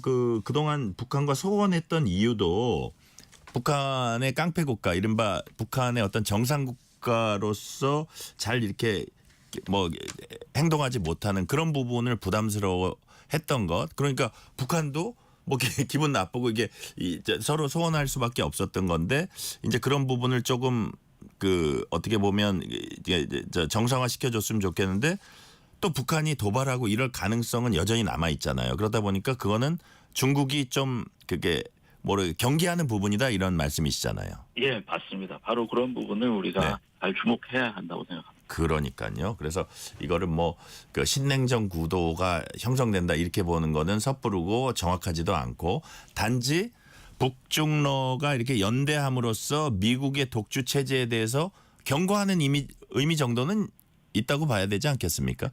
그건 분명히 있습니다. 그런 부분은 분명히 있고 이번에 그 상하이 협력기구 이런 데 인도도 이렇게 가고 하는 것들은 지금 미국이 보여주고 있는 여러 가지 좀 억지스러운 모습들에 대한 사회의 좀 부담 이런 것들을 보여주고 있다고 생각을 합니다. 네. 자, 시진핑 주석 오늘 연설에서 뭐라 그랬냐면요. 인류는 평화냐 전쟁이냐 대화냐 대립이냐 또 상생이냐 제로섬 게임이냐 그 선택에 직면해 있다. 무슨 얘기를 하려는 겁니까? 결국은 미국이 중국이 발전하고자 하는 이러한 궤도를 갖다가 계속 여기에 방해하면서 중국을 갖다가 억누르려고 하는 거 그렇게 하면 자기네들이 일본하고 전쟁했던 그것과 같이 좌시하지 않고 계속 싸워 나가서 궁극적으로 승리하겠다. 그렇지만은 결국은 이것은 이미 전쟁으로 이렇게 갈 수밖에 없는 상황이 아니라 관리를 잘 해 나가면은 이 안에서 분명히 정치적으로 어떤 타협이나 이런 것들이 가능할 수 있으니까 우리가 진짜 원하는 것은 그러한 길로 가기를 미국과 더불어 같이 만들어 가고 싶다는 그러한 메시지를 전하고 싶었던 거로 생각합니다. 그러니까요. 제가 이 연속선상에서 질문 하나 드릴게요. 미국과 중국 지금 무역 협상 중입니다. 트럼프의 좀 전에 없던 이런 전 세계를 향한 그 공세적 외교에 많은 나라들이 이제 당혹해하고 있고 대응 반응에 부심하고 있습니다. 중국도 예외는 아닐 거고요. 그렇지만 아까 말씀하신 대로 양강인데 양강이 과연 선을 넘어서 무역 전쟁으로까지 갈까? 그 가능성은 크지 않다고 보시는 거죠? 그러니까 어느 선에서 타협하지 않을까요? 예. 왜냐하면은 기본적으로 지금 중국이 하여튼 경제적으로 많이 발전해 와 있는 상황 속에서 궁극적으로 미국하고 무역 전쟁까지 가고 이렇게 하기보다는 어느 선에서 타협을 하고자 하는 그러한 의지를 분명히 갖고 있습니다. 그래서 관건은 이제 어느 수준에서 서로 이렇게 타협을 하느냐 이게 관건이고 그래서 이 부분들은 앞으로 좀 더 지켜봐야 된다고 생각합니다. 네, 이 부분은 앞으로 더 지켜보고요. 자, 우리 정부의 경우 과거 전승절 행사 아까 말씀하신 딱 10년 전입니다. 2015년이죠. 아까 교수님은 뭐라 그러셨냐면 그때는 양원 관계가 상당히 그래도 좀 가능성이 있어서 그걸 개선하는 그런 코드가 있었고 있었는데 지금은 어쨌든 양원 관계 아주 안 좋은 상황이고 이게 이제 미국까지 얽혀가지고 이게 중국이 아무래도 여기에 대해서는 간섭하지 마라 이런 메시지가 오늘도 결국은 간접적으로 있었는 걸로 보는데요. 자, 당시 10년 전에 자유주의 진영 국가 중에서 유일하게 박근혜 대통령이 참석했어요. 그 자체가 이제 논란이 좀 되기도 했는데 이번에 이재명 대통령은 참석하지 않고 대신 우원식 국회의장이 참석했습니다. 이거는 어떤 의미라고 보십니까? 아까 말씀드렸듯이 그 당시에 그 행사의 성격하고 이번 행사의 성격은 좀 다르다고 생각이 행사의 들고 성격이 달라졌죠. 국제 그래서 정세도 달라졌고요. 그런 상황 속에서 사실 그 당시에 박근혜 대통령이 참석하면서 그 내심으로 생각했던 것은 불량국가 북한이 문제가 계속 심각하게 진행이 되면은 결국은 중국이 항편을 같이 쓰면서 통일에 이렇게 협력을 할 수도 있지 않을까. 그런 의도에서 참석을 한 건가요? 그런 부분을 저는 갖고 있었다고 생각을 합니다. 그리고 정치라는 것은 조금의 가능성을 갖고도 이렇게 그런 부분이 있다고 한다면 그것이 갖고 있는 의미가 크면은 시도를 해야 되는 것이고 그리고 그 당시에 우리가 생각할 적에는 2015년 이후에 전승절 행사 때는 더 많은 자유주의 국가들이 여기에 같이 이번에 참석할 수도 있다. 이런 기대들이 있었던 것이거든요. 그 당시에 행사 성격을 보면은. 근데 지금 바뀌었기 때문에 그때와 같이 우리나라의 국가 원수가 참석하는 것은 조금 조심스럽고 그래서 이번에 우리의 의전서열 2위 국회의장께서 가신 거는 저는 적절한 조치가 아니었나 생각합니다. 네, 마지막 질문 드릴게요. 전승절 행사 계기로 한 북중러 연대 움직임이 향후 북한 비핵화 협상 같은 이런 동북아 핵심 현안에는 어떤 영향을 끼칠 거라고 교수님 보십니까? 물론 이게 좀 우려스러운 부분이 있습니다. 삼국이 같이 이렇게 협력을 하게 되면은 북한의 핵보유 여건이 어떻게 보면 더 개선이 되는 것이 아닌가 이런 생각도 드는데 여기서 우리가 생각해야 되는 것은 북한이 이번 행사에 참석하면서 원래 깔려 있는 의지는 정상 국가로서 국제사회에서 인정을 받고 싶은 그런 부분들도 있거든요. 그리고 여기 한편 또 중국 입장에서는 신냉전으로 가고 진영화 가는 이 구도에 대해서는 그 유보를 하고 있는 그런 측면이 있습니다. 그래서 우리가 이러한 그 상황을 현실적으로 잘 인식을 하고 그래서 국익 기반의 실용 외교를 바탕으로 해서 이러한 정상 국가로 가려고 하는 북한과 그리고 그 신냉전 이런 부분을 갖다 거부하고 있는 중국 여기와 협력을 통해서 그 북한을 갖다가 그 어떤 비핵화로 이렇게 이끌어가는 그런 계기를 마련해야 된다고 생각하는데 예전에 있었던 CBI들하고 있지 않습니까? 그것을 이렇게 그게 무엇이냐면은 complete, valid, and irreversible dismantling.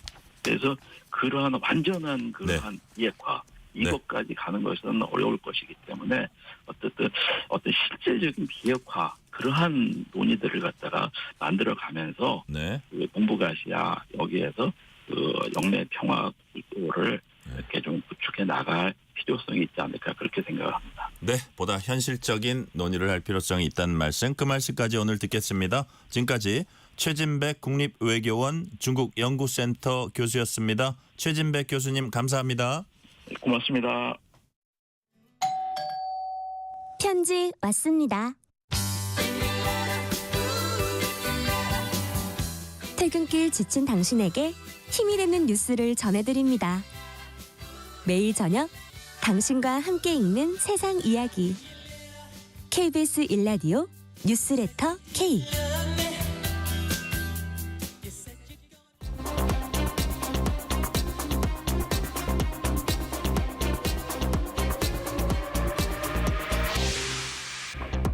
이번 주 가장 뜨거운 국제 뉴스, 화제 소식을 골라서 전해드리는 키워드로 본 지구촌 코너입니다. 오늘도 조윤주 외신캐스터 함께하겠습니다. 조윤주 캐스터님 어서 오세요. 네, 안녕하세요.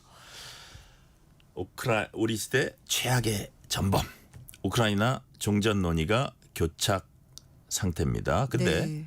메르츠 독일 총리가 푸틴 러시아 대통령을 처음으로 전범으로 지목을 했어요. 네, 그렇습니다. 메르츠 독일 총리가 푸틴 러시아 대통령을 처음으로 전범이라고 주목했습니다. 전범. 네. 와.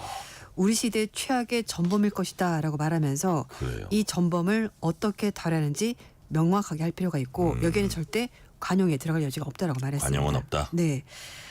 지난 5월 취임한 이후에 메르츠 총리가 러시아의 이 우크라이나 전쟁을 최악의 전쟁 범죄다라고 말한 적이 있었고요. 네. 민간인에 대한 테러다라고 규탄해왔습니다만 푸틴 대통령을 직접 전범이라고 말한 것은 이번이 처음이라고 합니다.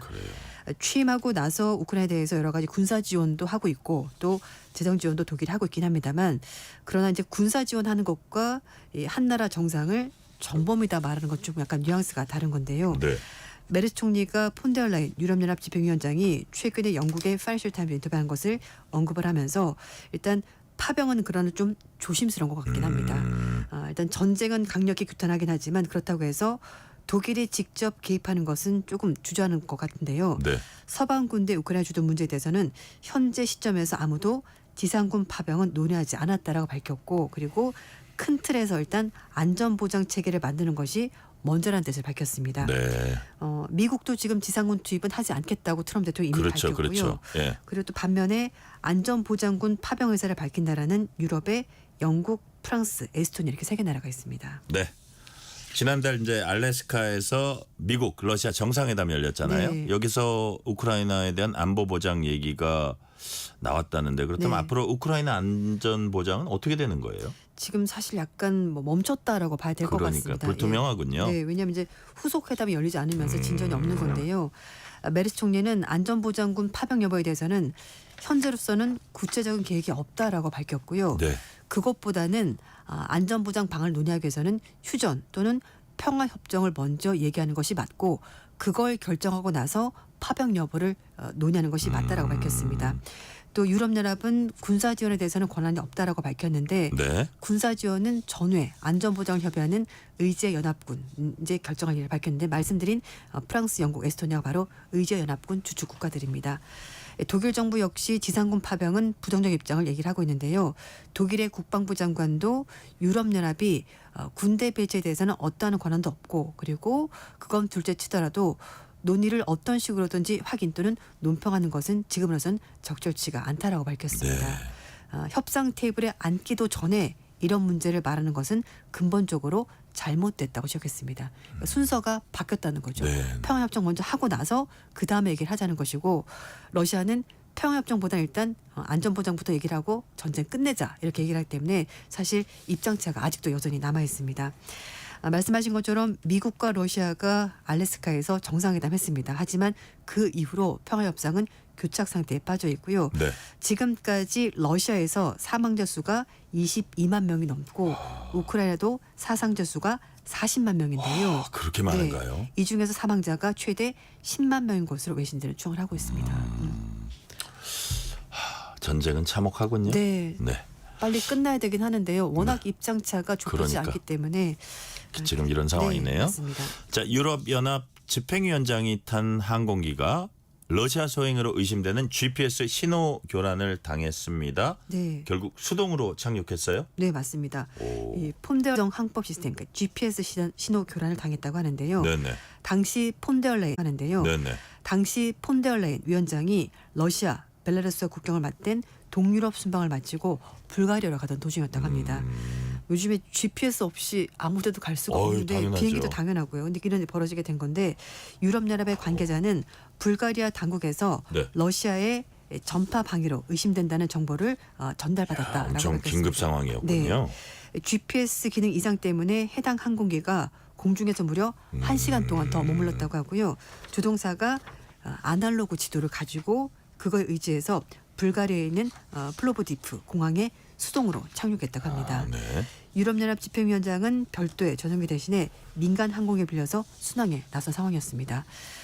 폰델레인 집행위원장이 지난달 말에 발트 3국, 에스토니아, 리투아니아, 라트비아 포함해서 폴란드, 핀란드 등 동부 최전선 국가를 방문하면서 유럽의 재무장 계획을 부각하는 중이었는데요. 마침 공교롭게도 그 순방 기간 동안에 이렇게 GPS 교란을 당하게 된 건데 푸틴 러시아 대통령 향해서도 폰델레인 집행위원장이 푸틴은 변하지 않았고 네. 앞으로도 그럴 것 같다라면서 그는 포식자다라면서 굉장히 강도 높게 비판했습니다. 전범의 포식자의 네, 그런데 이제 GPS 교란 때문에 항공기가 이렇게 그러니까요. 공중에서 헤매는 일까지 벌어졌는데요. 하지만 러시아는 해당 의혹을 모두 부인했습니다. 크렘린궁 대변인은 서방이 가지고 있는 정보는 부정확하다라면서 사실이 아니다라고 밝혔는데요. 네. 근데 문제는 이게 처음이 아닙니다. 아, 그래요? 네. 동유럽 13개 국가는 올해 초 유럽연합에 보낸 서한을 통해서 러시아의 GPS 교란 행위에 대해서 대응할 필요가 있다면서 요청을 한 적이 있었고요. 유럽연합의 우주방위 집행위원장도 이날 GPS 교란 행위에 대해서 재발 방지를 위해서 적외도 위성을 추가로 배치해야 된다고 밝혔습니다. 네. 인도가 자국산 반도체 칩을 처음으로 생산했습니다. 어떤 반도체입니까? 네, 인도 정보통신부 장관이 현지 시각 2일 날 수도 뉴델리에서 있었던 세미콘 인디아 2020 컨퍼런스에서 나렌드라 모디 총리에게 인도의 첫 번째 국산 반도체 칩인 비크람 32비트 프로세서와 이게 실험용 칩을 전달했다고 합니다. 네네. 인도에서는 처음으로 만든 인도산 반도체라고 하는데요. 그래요? 이 모디 총리의 비전에 따라서 정부 산하기관인 인디아 세미컨덕터 미션을 출범시켰고 3년 반 만에 이렇게 제품이 실제로 나오게 된 겁니다. 비크람 32비트 프로세서는 인도 정부 산하기관인 인도 우주연구기관의 반도체 연구소가 연구소 내에 있는 비크람 사라바이 우주센터 협력해서 개발을 한 거라고 하는데요. 인도가 지금 정부 차원에서 반도체를 개발을 하고 있습니다. 예. 인도 6개 주에서 180억 달러 이상의 가치가 있는 10개 반도체 프로젝트가 지금 진행이 되고 있고요. 인도에서 만든 반도체가 세계에서 가장 큰 변화를 불러일으킬 날이 멀지 않을 것이라고 모디 총리가 말했습니다. 작년 8월 달에 인도 서부 구자라트주에 있는 인도 최초의 반도체 조립 및 테스트 시험 라인에서 이제 시설이 완공이 되면서 시작이 된 거고요. 인도 반도체 시장이 2013년에 380억 달러에서 지금 규모가 점점 커지고 있는 상황이 됐습니다. 그래서 2030년까지 반도체 시장을 1,000억에서 1,100억 달러까지 성장시킨다는 것이 인도 정부의 목표라고 합니다. 네. 근데 제가 좀 궁금한 게 이거예요. 인도가 사실 우수한 두뇌가 매우 풍부한 맞아요. IT 강국이에요. 네. 근데 왜 지금까지 반도체 개발을 하지 안 않았을까요? 그렇죠. 네. 반도체는 뭐 우리나라가 워낙 강국이기도 합니다만 초정밀 공정에다가 클린룸 그리고 고순도 소재 그러니까 굉장히 여러 가지 설비가 필요하고요. 그런데 인도는 말씀하신 것처럼 IT 소프트웨어 강국 맞습니다. 인재가 굉장히 많긴 한데 하드웨어 제조 기반이 취약하다는 약점이 있습니다. 하드웨어 제조 기반. 이제 지금까지는 농업, 에너지, 통신 인프라 여기에 좀 집중을 했었고요. 반도체는 장기적으로 돈이 많이 들어가고 또 하다가 안 될 위험이 있거든요. 그러니까요. 고위험 산업입니다. 그래서 정부가 적극적으로 안 나섰는데요. 거기에다가 우리나라 삼성전자, TSMC, SK하이닉스 같은 많은 기업들이 있고 거기에 인도의 우수한 인재들이 일을 하고 있습니다.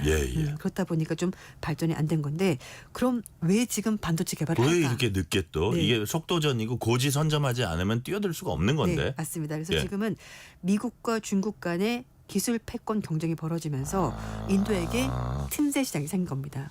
뭐 미국이나 중국, 우리나라처럼 이제 그 고품질의 반도체를 만들지 못하겠지만 네. 저사양을 만들 수 있거든요. 그래서 그런 틈새 시장 공략에서 인도가 세미컨덕터 반도체를 정부 차원에서 지금 키우고 있는 겁니다. 네.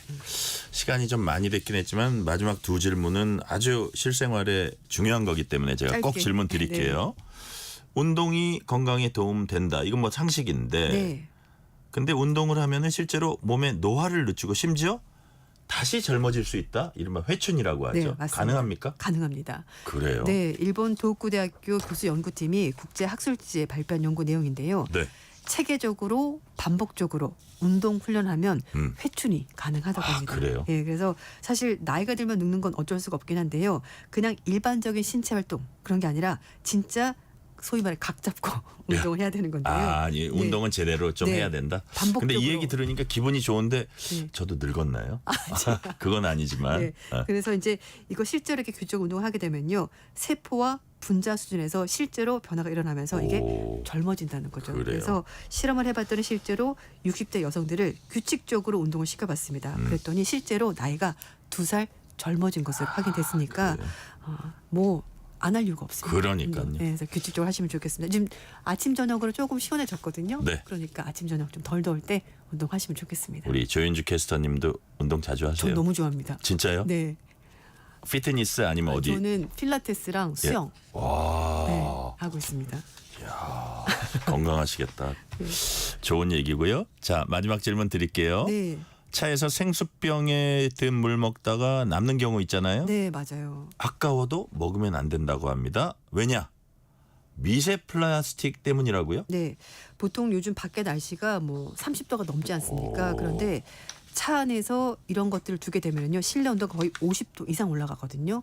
그러면 그 과정에서 플라스틱 생수병 안에 있었던 물에 중금속 그리고 미세 플라스틱이 녹아들기 때문에 이런 네. 걸 우리가 모르고 섭취를 하게 된다는 거죠. 그래서 이렇게 되면은 뭐 암이나 여러 가지 대사질환, 다양한 질병이 발생하기 때문에 설령 물이 좀 남아 있다고 하더라도 보기에는 안 보이거든요. 이게 육안으로. 아니 그러니까 이게 따서 그냥 먹을 때까지는 괜찮은데 남겨놓으면 오히려 거기 네. 미세 플라스틱이 생긴다고요? 네, 왜냐하면은 오. 37도만 된다고 하더라도 예. 미세 플라스틱이 그 플라스틱 병 안으로 녹아들기 차가 때문에 더우면. 예, 그래서 보통 4도 정도, 그러니까 냉장고에 두는 건 괜찮은데요. 이렇게 상온에 두거나 차 안에 두게 되면은요, 이 뭐 BPA 같은 여러 가지 물질도 나오고 미세 플라스틱 있으니까 안 드시는 게 좋겠습니다. 아깝더라도. 그러니까요. 네. 뜨거운 차 안에 있는 생수 네. 아깝더라도 버리시고 그 좀 시원한 상태에서 먹는 건 괜찮은데 냉장고에는 괜찮고요. 온도가 올라가면 미세 플라스틱이 발생한다는 이 네. 엄청난 생활 정보를 주셨습니다. 오늘 말씀 여기까지 듣겠습니다. 키워드로 본 지구촌, 지금까지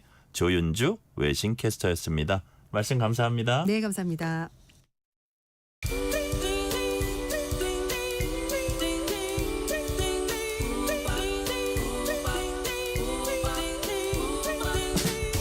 오늘 하루 뉴스를 정리해주는 다정한 편지 한 통. KBS 일라디오 뉴스레터 K.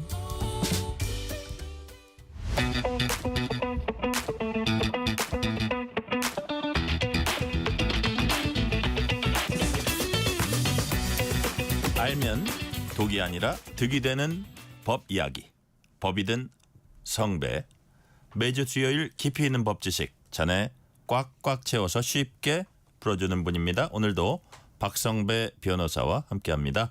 박성배 변호사님 어서 오세요. 안녕하세요. 법이든 성배 박성배 변호사입니다. 네, 특검 수사 얘기 좀 해볼게요. 그중에서도 권성동 의원 관련 얘기해 봅니다. 일단 체포동의안 국회에 제출됐는데 이렇게 되면 앞으로 절차가 어떻게 돼요?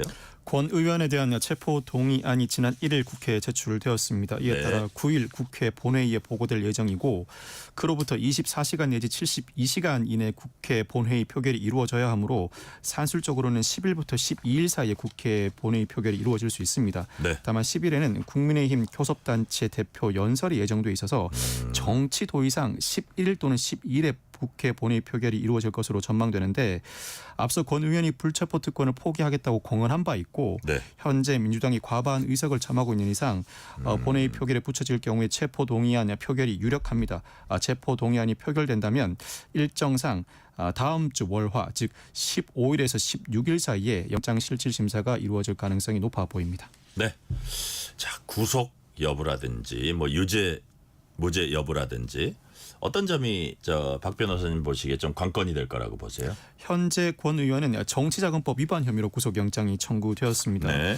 윤영호 전 통일교 세계 본부장으로부터 2022년 1월에 행사 지원 등의 명목으로 1억 원 상당의 금품을 받은 혐의인데 물론 그 외에도 2022년 3월 경기도 가평 천정궁을 방문해서 한학자 총재를 직접 만나고 금품이 든 것으로 추정되는 쇼핑백을 받은 혐의도 조사를 받고 있고 윤 전 본부장과 건진 법사가 공모에서 2023년 3월 국민의힘 전당대회를 앞두고 권 의원의 대표 당선을 돕기 위한 목적으로 통일교 교인을 대거 당원 가입시켰다는 의혹도 조사 대상입니다. 그렇지만 당장 권 의원이 구속영장 청구된 피의 사실은 1억 원을 지급받은 정치자금법 위반인데 사실인지 여부를 치열하게 다투고 있는 상황입니다. 사실 정치자금법 위반 1억 원을 지급받은 사실이 혐의 사실로 받아들여진다면 이때는 구속영장 발부가 자명합니다. 무엇보다도 권 의원 측은 혐의가 입증되지 않았다 내지는 사실이 아니라는 점을 강력하게 주장하여야 할 것으로 보이는데 만약 구속영장이 발부된다면 앞서 설명해드렸던 사안 중에서 구속영장이 당장 청구되지 않은 다른 사안으로 수사가 강력하게 확대될 가능성이 높습니다. 그러니까 구속영장 발부 여부가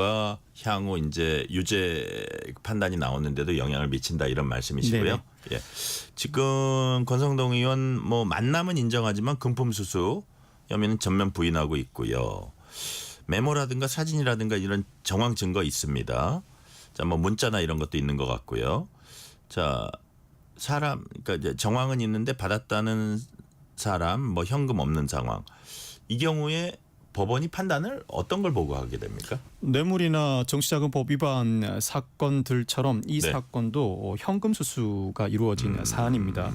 이 경우에는 여러 정황을 두고 사실관계를 판단하게 되는데 사실 지금까지 특검 수사 내용에 비춰보면 권 의원이 다소 불리한 상황에 처해 있는 것은 분명합니다. 그렇지만 아직까지 예단은 할 수 없습니다. 일단 윤 전 본부장이 구속 기소된 상황에서 전달 사실을 인정하고 있는 것으로 보입니다. 뿐만 아니라 특검이 확보한 윤 전 본부장의 다이어리에는 큰 거 한 장 서포트 권성동 오찬이라는 메모가 기재되어 있고 윤 전 본부장이 권 의원에게 보낸 메시지에도 2022년 1월 5일 식사를 마친 뒤에 오늘 드린 것은 후보님을 위해 요긴하게 써달라는 메시지였습니다. 이 다이어리가 조작 가능성이 낮다면 사실로 받아들여질 가능성이 더러 높아 보이는데 특히 현금이 오고 간 사안에서는 회계 장부나 거액 인출 내용이 존재하기 마련입니다. 관련된 회계 장부 등 조사도 이루어졌던 것으로 보이고 만약 돈을 받은 이후 직후나 상당 시간이 경과한 이후에 권 의원이 어떠한 행보를 보였는가 통일교가 당시 관심을 가지고 있던 현안과 행사에 지원하였는지 여부도 상당 부분 참작될 것으로 보입니다. 관련자들 진술이 유력하게 거론되는데 물론 이 관련자들 진술은 당시 여러 정황에 부합해야 합니다. 필요성, 접촉 여부, 동선이 모두 들어맞아야 하는데 어느 정도 특검이 사실관계를 구성했는지 귀추가 주목되고 권 의원의 반박도 영장실질심사 단계에서 상당 부분 반영될 것으로 보입니다. 이거 한번 짧게 여쭤볼게요. 그 이제 뭐 전 본부장, 통일교 전 본부장이라는 이분이 뭐 큰 거 한 장 서포트, 뭐 만남, 뭐 이런 걸 왜 남겨놓을까요? 이거는 배달 사고 아니면 보험용? 보험용이라고 봐야죠. 만약 일이 벌어졌을 때 이 뇌물 수사를 받게 되면 그게 이제 단서인데 단서가 될 터인데 이 내용을 기재해 두지 않으면 자신이 이 특히나 교단 2인자로 불리던 인물이다 보니 자신의 개인 횡령으로 귀속될 가능성이 있습니다. 배달 사고 그렇죠.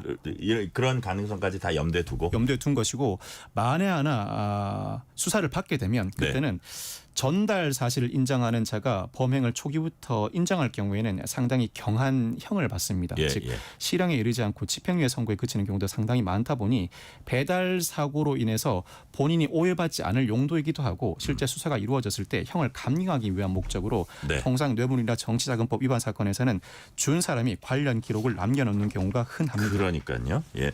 자.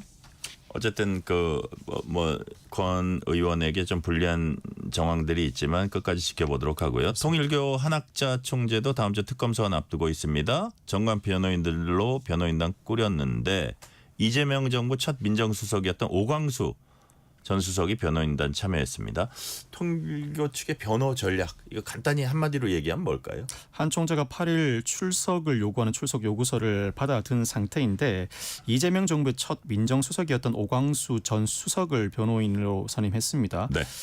특수통이고 대검 중수부에도 근무한 이력이 있습니다. 무엇보다도 김건희 특검에서 이 사안을 수사하고 있는 네. 특검부와 근무연이 있습니다. 특수통으로서 수사기관과 근무연이 있는 인물, 통일교 입장에서는 가장 적합한 인물을 선택한 것 같습니다. 네.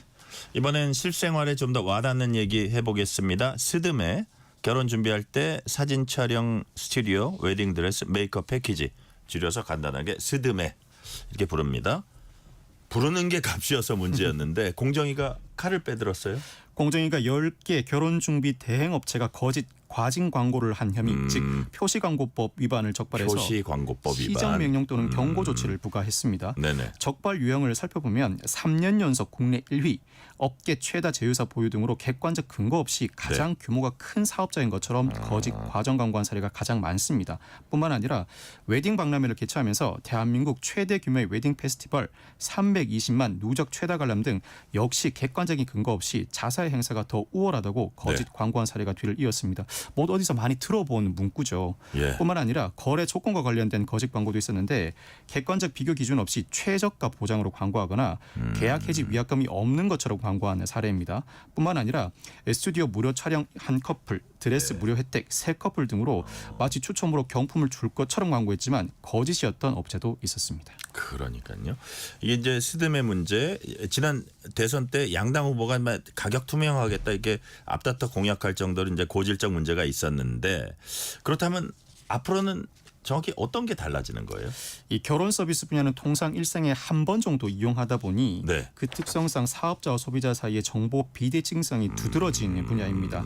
이 스드메를 위한 지출 규모도 상당히 커서 청년층에게 큰 부담으로 작용해 왔는데 그 틈을 업자들이 파고들었군요. 그렇죠. 네. 기왕이면 가장 좋은 걸 쓴다는 그 심리를 파고든 것인데 이재명 대통령도 후보 시절에 일상 속 불공정을 바로잡는 9대 취향 저격 공약 중에 바로 이 스드메 불투명 견적 관련 표준계약서 도입과 온라인 비교 시스템 구축을 추진한 바 있습니다. 네. 실제로 당선 이후에 국정기획위원회가 공정위 고시 개정을 통해서 관련 법규를 명확히 하고 고시 의무를 부여할 계획이라고 밝혔는데, 지난 8월 28일 공정위가 중요한 표시 광고사항 고시 개정안을 다음 달 18일까지 행정 예고하고 10월 최종안을 발표할 계획을 밝혔습니다. 아, 지금 중요한 표시 광고사항 고시라고 하셨는데 거기에 어떤 것들이 들어가요?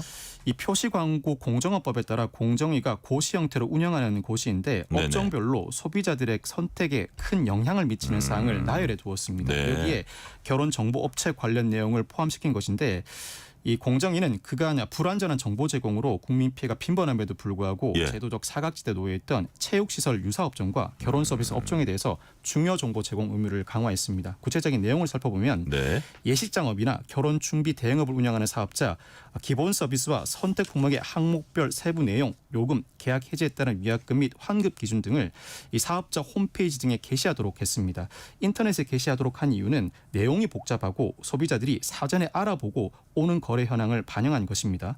뿐만 아니라 이 스드메 패키지 상품을 이용하면서 정보가 부족해서 깜깜이 계약을 체결하게 돼 예상치 못한 추가 비용이 발생해 피해가 컸던 소비자들, 중요 정보 표시 의무가 도입되면서 이 결혼 비용에 대한 예측 가능성과 합리적 선택이 한층 강화될 전망입니다. 네. 지금 말씀하신 스드메도 그렇지만 요가, 필라테스, 스튜디오도 이번 조치에 포함된다고 합니다.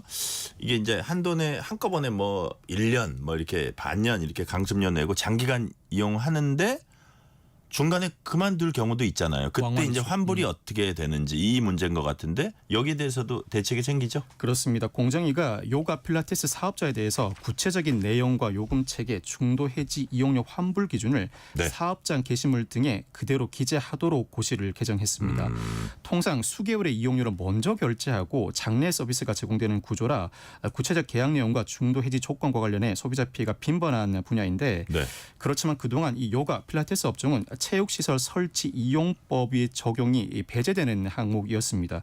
자유업이다 보니 관리 감독에 한계가 있었고 이에 따라 공정위가 헬스장 등 체육시설업에 적용하고 있던 가격 등 표시 제도를 요가 필라테스 업종에도 그대로 도입했는데 네. 앞으로 헬스장 요가 필라테스 사업자 보증보험 가입 여부와 가입했다면 그 내용도 추가로 표시해야 합니다.